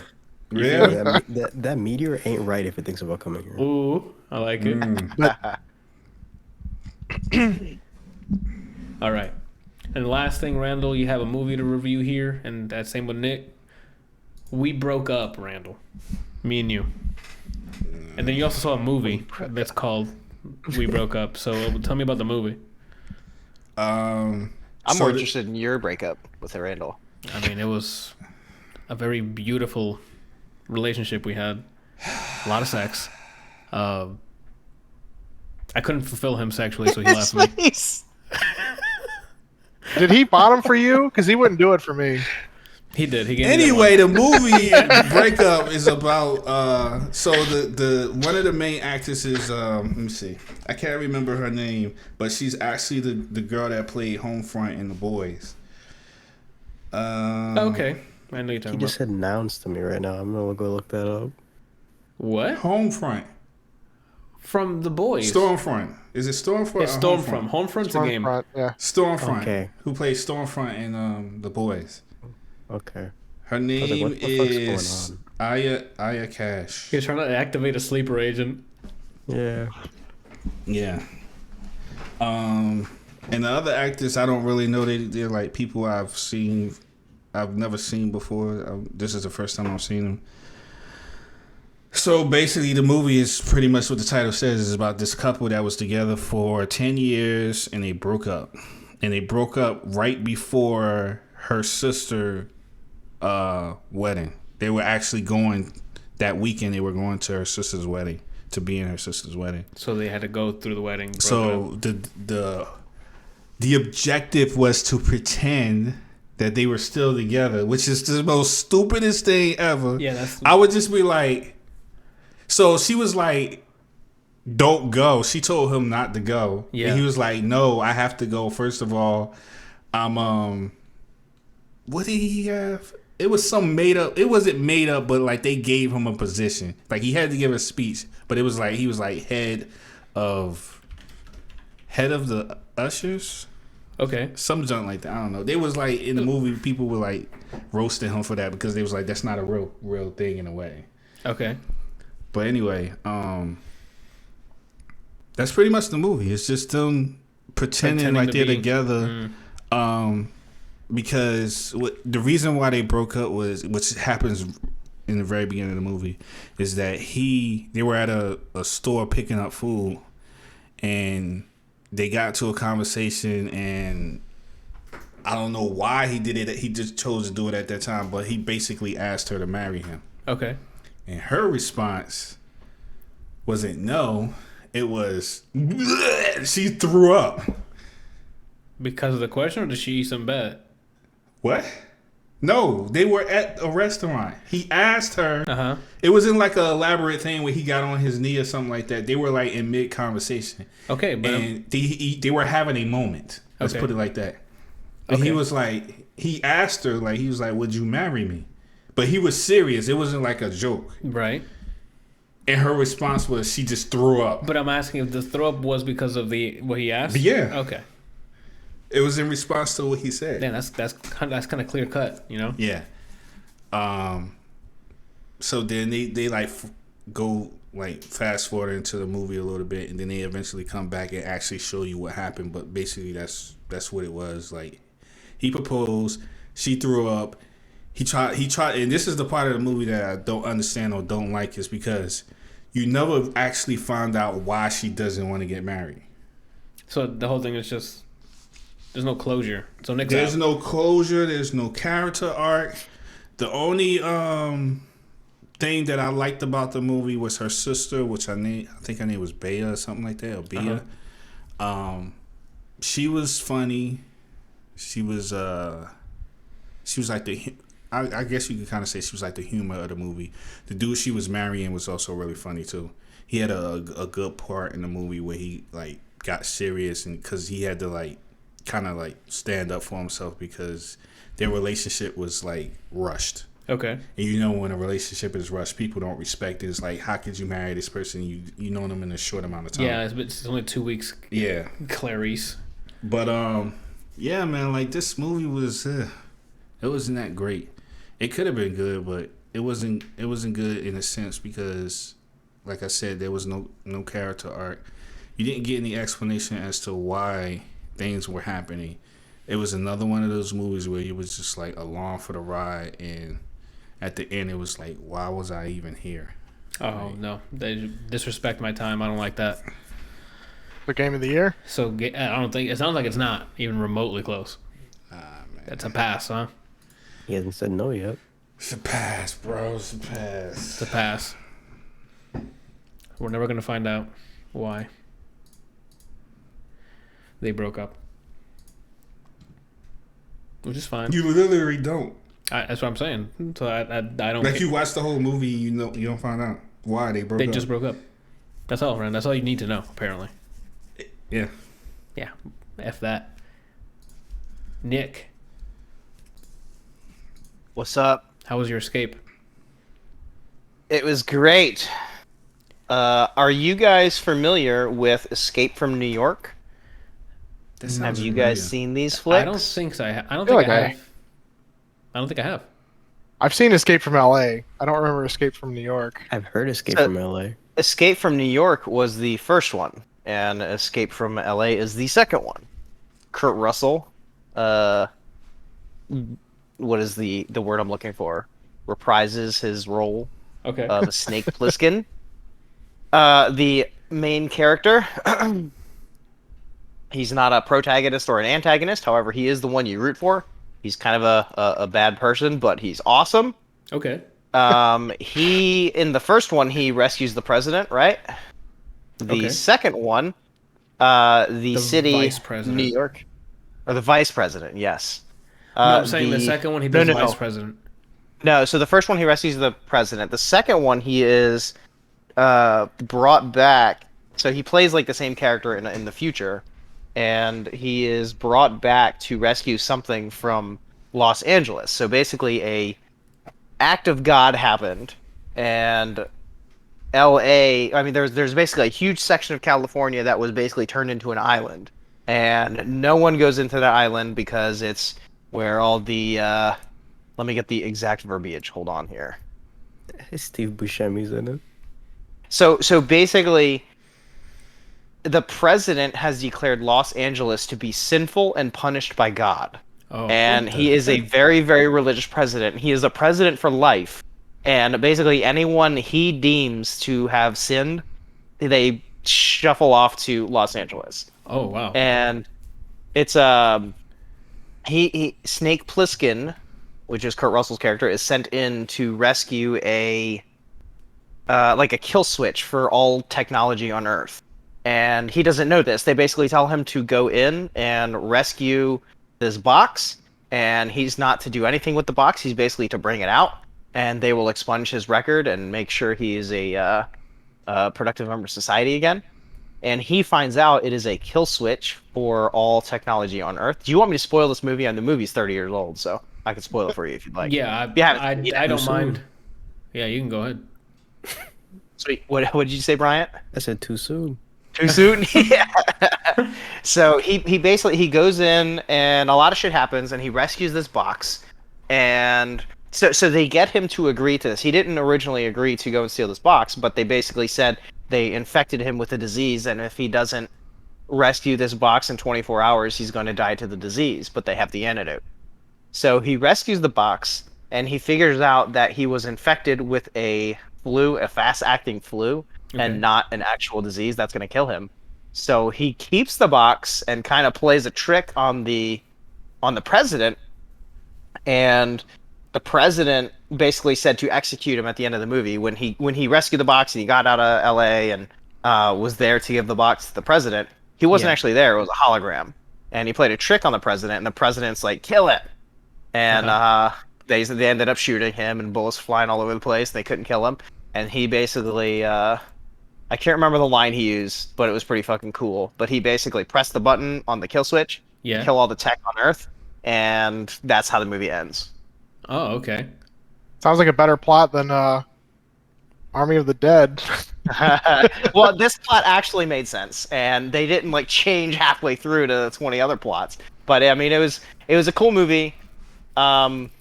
Escape from New York was 100% better than this movie. However, if you've watched Escape from New York and you enjoy that movie, you should definitely watch this as well. However, I wouldn't go out of my way to watch this movie. So, I might watch the New York one then, and see. So where you should. I think you'll enjoy Escape from New York. Kurt Russell plays Kurt Russell. Okay. You know his characters from like Stargate and all that stuff. So yeah. He definitely plays a Kurt Russell type character, and he does a very good job at it, and it's a lot of fun. Nice. Okay. Short and sweet. So Yeah, I've seen Escape from New York, not Escape from LA. Not game of the year, but worth a watch if you like Escape from New York. I've only heard Escape from LA, so definitely watch Escape from New York first if you haven't seen it, because this compounds onto the story. I'm disappointed Anthony I made the same weekend reference twice and didn't react. Oh, so I'm gauging my eyes on the time. We're already at 3.5 hours. I'm trying to see what we're gonna. Yeah, that's why I did this nice and short. Random. Done. Tetris Effect. Excellent game. Everyone should play it.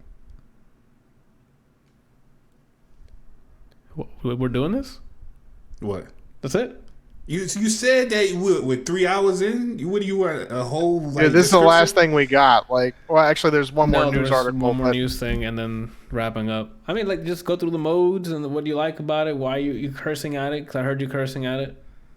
Okay, hey, I wasn't cursing, but there was a little bit of salt. First. Wow. Yeah. Anyway, sailor over here. What I like about it, it's very vibrant, very fast. The music is amazing. It's like one of those adrenaline situations where, like, as you progress through the level, the music picks up. And it's, I don't understand how they do this. Maybe you programmers can like touch on it, but like somehow the sound is linked to like how you move, not only when you place blocks, and it makes like it contributes to the song. But how is that possible if everything I'm doing is dynamic? You understand what I'm saying? You know how like in a song a beat goes a certain way, yeah, right? It's consistent with that beat. Okay. And then they add other tunes, but there's still the tunes go with the beat. But I am playing the game that has nothing to do with like the beat or the song. Okay. But still, when I move the blocks, they link together with the song. It's almost like I'm playing an instrument for the song, and it goes with the song. It's not like it's off. Well, I mean, it might be a delayed sound effect because the songs might be going. It so happens fast. immediately. Well, even if I'm tapping multiple times, it does the beat multiple times. Well, I mean, if it's a high BPM, Brian, correct me if I'm wrong here, it'd be pretty easy just to insert it because it's happening quickly. So if you spam it, but what about when I'm doing it slow?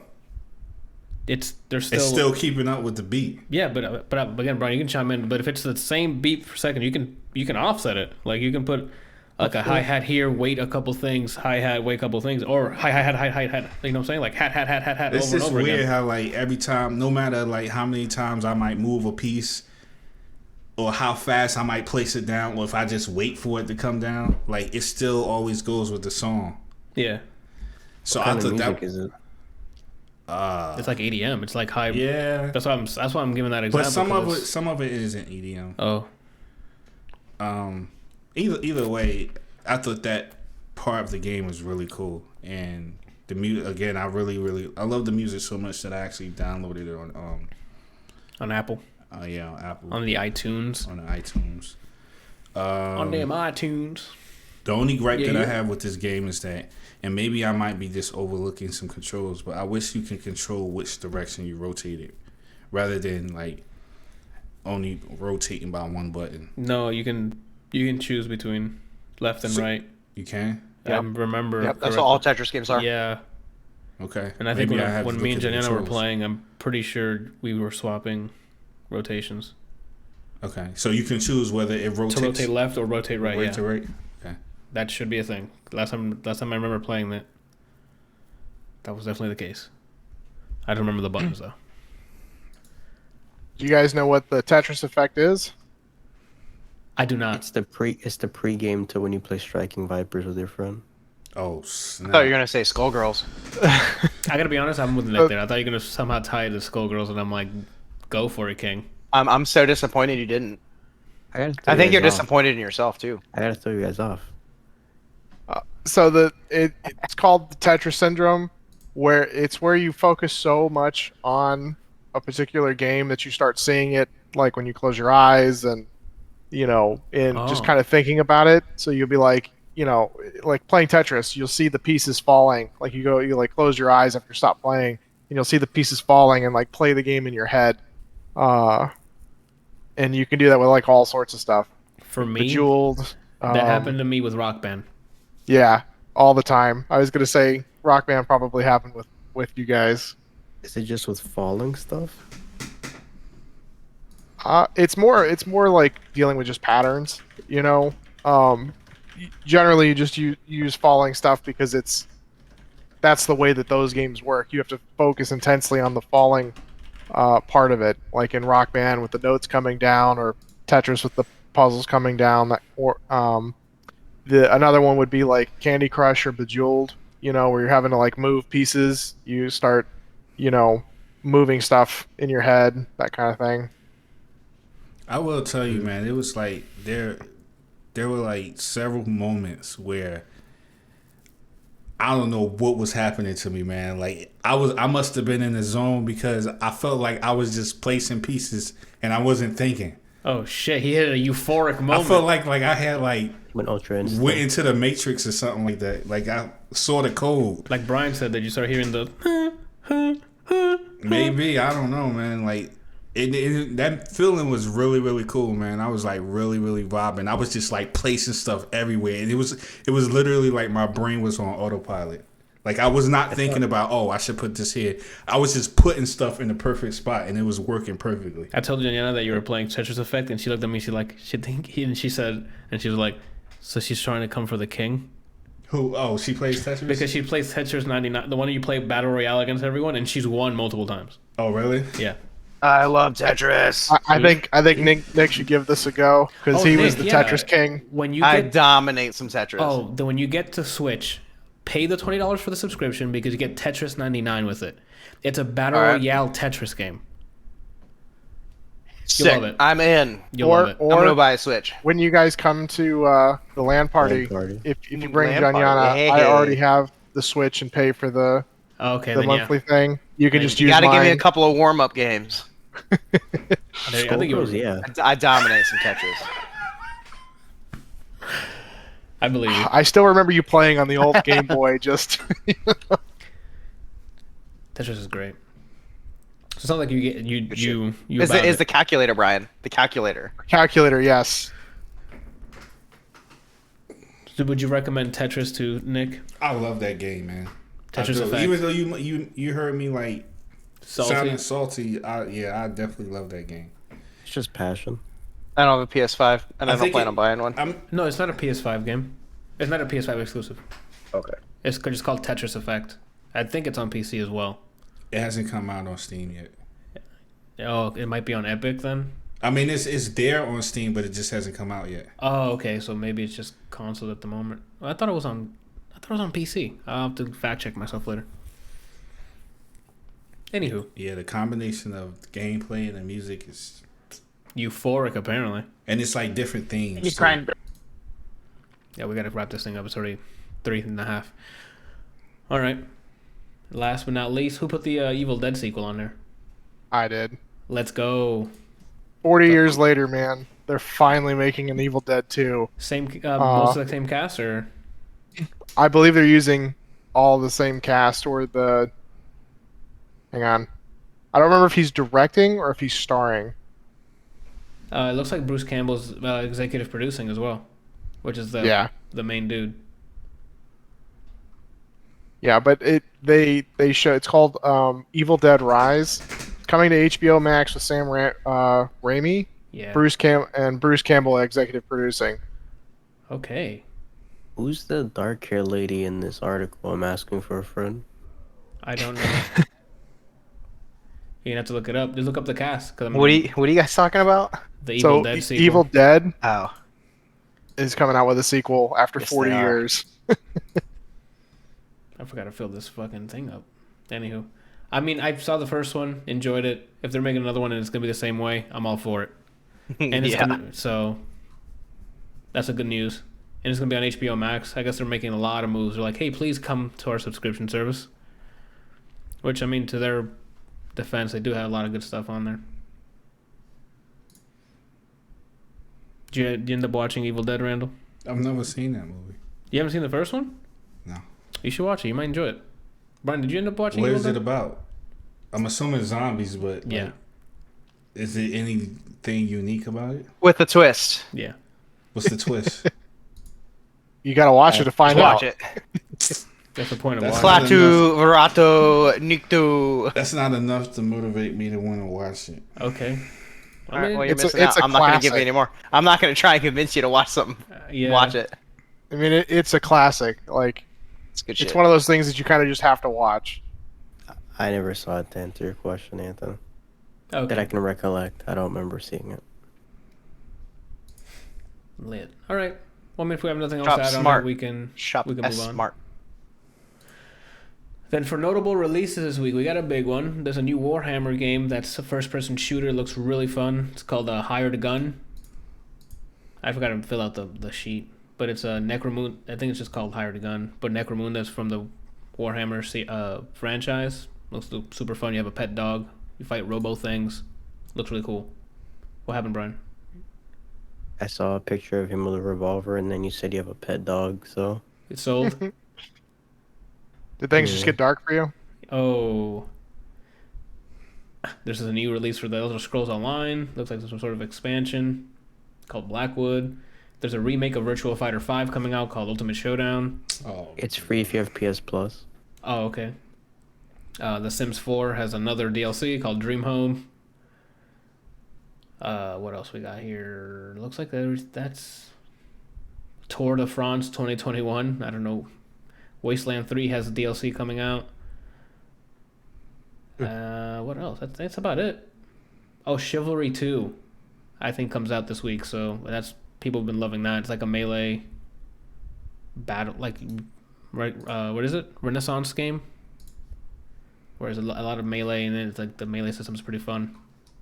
There's a sequel to it. First-person slasher, I guess that's what they call it, in epic medieval movie battles, and that's it. For movies, anyway. I'm sorry, for games. I got one real quick. Go for it. Brian might not care though, but allegedly, Spider-Man's new trailer is supposed to be coming out tomorrow. Oh, good. I'm gonna be watching it. Brian's gonna skip it, but we'll watch that. They already have a release date, don't they? Yes. They do? For Spider-Man, December. it's December, if I'm not mistaken. Oh, I know it's December. I don't remember the day of it, but I know December. Let me see if there's a specific day. I could have sworn there was. December 17th. okay. Anywho, for movies, The Conjuring has another movie called The Devil Made Me Do It. Endangered Species, Chasing Wonders, Grace and Grit, and Undying. Those are all weird names, but that's for movies. Music, what I see. Why does everything sound like it has to do with zombies? I don't know.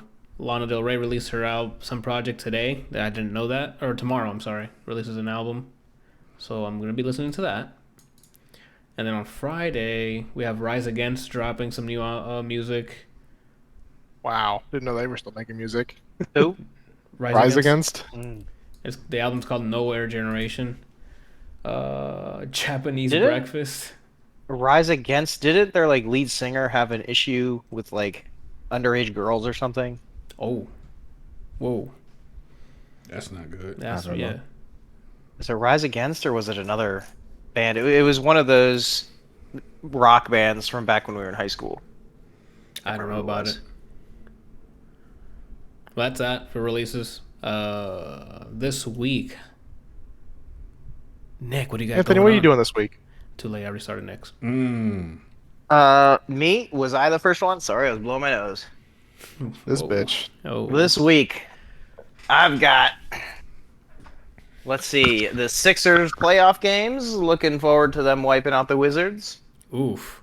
Gonna watch the Canes playoff games. Lots of sports going on this week. Gonna be learning some Elixir. I don't know if you guys are familiar with the tech of Elixir and Phoenix. Gonna be playing with some Elixir. Okay. I usually build a Minesweeper game when I'm learning a programming language, so I'll be doing that. I was gonna do that tonight, but this podcast took forever, so not doing that tonight. I'll do it tomorrow night. You guys with your fucking podcasts, just taking I up know. everyone's time. Jeez, Randall. I'm the Transition shortest that one into here, man. Phoenix. Shorter than you. You're 6 foot. And then I have a crypto project I'm gonna play around with in Phoenix. So Nice. just looking to learn with that stuff. Yeah, and that'll probably consume most of my week. I'm off until Wednesday, so Oh, Hallelujah. Oh, snap. this man had They like gave a us 5-day weekend. Jesus. 5 days. Yep. They just gave y'all 5 days? You didn't have to ask for it? Yep. Dude, they have unlimited I work- PTO. You I can work take for off, a great you know, company. They pay me lots of money, and I work very hard, and they give us great benefits. That's crazy. That's awesome. Remember, too. if you're looking for sound, just let me know. Any sound. Like he'll be outside making bird Any noises. sound? Any sound. All right. I can tweet. whistle like a bird. So Yeah. So if you, if No, you I want- work. Joking aside, I work for a great company. I'm really appreciative of the thought that they all give all the work we do. So they gave us Friday, Monday, and Tuesday off as a mental health honeymoon, is what they call it. Either way, it's been a rough couple of years, so I'm extremely thankful to work for good people. Oh. That's something that's so like. If they're listening now, they're gonna love you. Except you didn't give out the name, so I see what you did there. They could pay you for that, for marketing. You don't get paid for marketing. No, I keep those types of names to myself because other. Yeah. I played some games where people dig into people's personal lives, and it just does not get pretty. So I kind of keep that shit to myself on something like this. That's fair. assholes that are sore losers. Right. Kelsey. Anyway, sorry. Go ahead. Next. You're up next, buddy. What you got this Me? week? Yes, sir. Probably gonna be continuing to play Mass Gun. Effect. Mass Effect 2. I'm almost done with Mass Effect. I finally got all the like side quests done. Nice. It takes forever to go to each one of those fucking planets. Yeah, it does. You've been on this game for a while, It's a big game. So Yeah. the first one, and he does all the side quests too. So yeah, the first one, the storyline is like super short that I remember, Mhm. but all of the side shit that you really should do to like affect Mass Effect 2 and 3 down the road takes forever. Yeah. Because you have to like go to all the different systems, go to all the different, galaxies in the system, and then go to the different planets, and sometimes you have to land on them and roam around and do quests for that and all that shit. chase monkeys. Yes, so almost done with that. I think I've got like 20 some hours into it already. Probably going to continue to play Gunfire Reborn with Adam and whoever else wants to play. So if you guys end up getting it, want to play, hit me up. Okay. What else? I still got to go back and finish God of War again. I'm almost done. On the bright side, you have content to stream. Lined Yes, it's usually just finding the time to like actually stream. Most of the time, it's like I'll play an hour here, I'll play an hour there, and that's all I get. I don't Instead like, of a block. yeah, and especially with like working out and whatever. We were off today because the gym was closed, but tomorrow I'll be going there. I'll be there from like 5:30 until 8:30, and by the time I get home, it's 9 o'clock, and then I have to shower and sit down, and it'll be 9:30 before and eat. Yeah. And it'll be probably 9:30, 10 o'clock, and I don't want to just stream for 2 An hour. hours from 10 to midnight. Well, what you could do is shower in a bath, like a little hot tub, and Yeah. stream that because it'd be a tub stream, and also eat something while you're in the bath. You can double your income right there. People who want to see Maybe I can even more get my wife content. to put on one of those little slave Leia outfits and feed me grapes. There we go. You know how much cash people throw at you? Come on. Okay. But yeah, I mean, working out, like I've been trying to keep up at least the same schedule. Since we didn't have Monday, I'll probably end up going Thursday. I haven't been doing Thursday as much because I haven't really been feeling the jujitsu. It's jujitsu. Jujitsu. Yeah. But yeah, BJJ I haven't really been doing as much. I've been doing the no-gi on Tuesdays when I can in the afternoon. But I mean, nude. no, so they have a gi, like a karate gi, like you would see in the Karate Kid. Okay. And that's like the traditional style. And then they have more of an MMA style, which is no-gi, which would be like, if you were in street clothes fighting.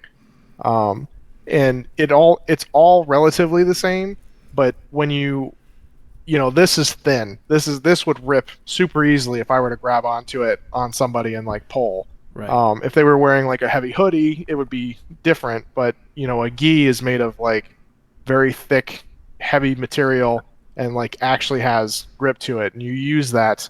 Like there's a choke where you literally take the collar and cross their neck and choke them out with it.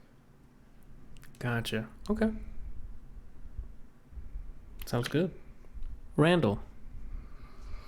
Gym, Okay. work, Uh-huh. side projects. Okay. That's it. You sure? Every week. Jesus. How long have we been doing this? I just gave him a hint, too. Yeah, that's a bar right there. Yeah. Oh, he forgot. You That's really fine. want me to mention every time No, I pray? I know the Lord's going to tell me what's happening to you because you do not mention it every Okay. week. So, Godspeed. You know? What does Okay. Laverne say? You don't gotta tell me. But get your story straight when you go to Jesus. Yeah, when you come face to face with Jesus. Nice. I love Laverne. Yep. I'm almost done with season 8 of Scrubs again. The finale. You mean the final season of Scrubs? Yeah, that's Got what I meant. Okay. But yeah, I'm almost done. I'm kind of sad because like I think I'm more sad about the fact that Denise didn't become a character until season 8 because she is funny as hell. And well, that's why they might have. That's probably why they made another season because they're like, oh, these guys they have good chemistry. Let's make another season with just these guys. And then, I would have rather if they were That going to do a happened. season 9, I would have rather have had them just shift everything over to like Denise and Sunny and everybody else than bring in these new fucks that are supposed to basically be clones of the original cast. yeah. The final montage in season 8 always makes me depressed. Yeah. In a good way. Good depression. It's like, oh, it's over, but things might be looking up for these guys. It's like how Futurama is a comedy, but it makes you bawl your eyes out in like, a third of the episodes. Yeah. Brian, what's happening to you this week? Yeah. So as far as streams go, Wednesday's the only day I'm probably streaming. Maybe the weekend. Jesus. This whole monthly course thing, I looked at the curriculum and it's a lot more involved than I thought it'd be. Yeah. And what is this that you're doing?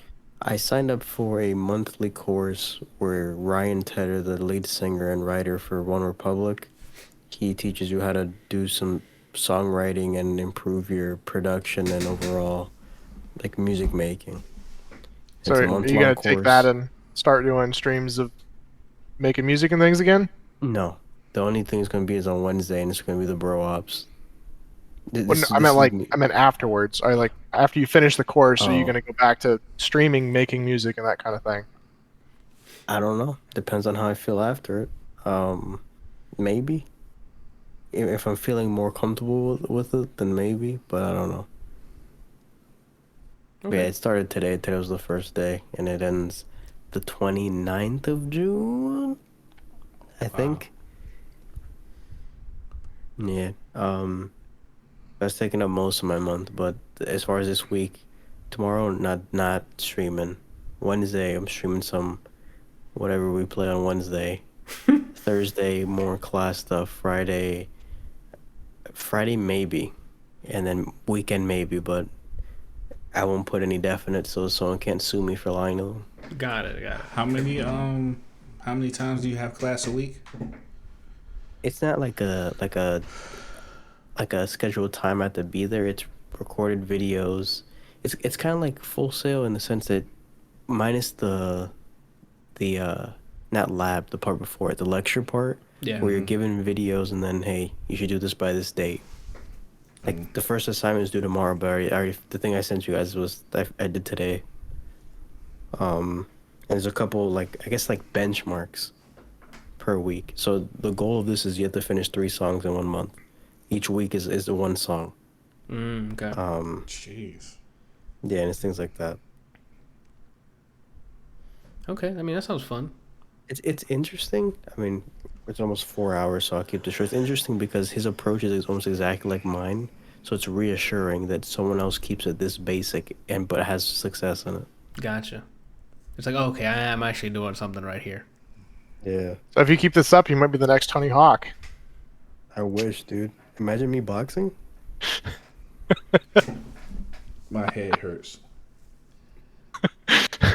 What? I said my head hurts. No, I heard what you said. I'm talking about what is what he That's said. why my head hurts. Man. Party in the back. Well, you know, Tony Hawk had, you know, a great skateboarding career, but then they released those games, and the games had amazing music on them. And he performed all of it. He sure did. All right. Question for you, Anthony. What? What are you doing this week? Oh, what I'm doing this week. Before I go into what I'm doing this week, we have videos going up this week on the YouTube channel. We'll have my first episode of my playthrough of Biomutants going up, I think on Tuesdays now. It Takes Two, which is a gameplay with me and Janiana playing through it. I think goes up Thursdays, if I'm getting that correctly. Immortals Phoenix Rising is wrapping up next week. So I'm going to have to get another Monday slot game to play through.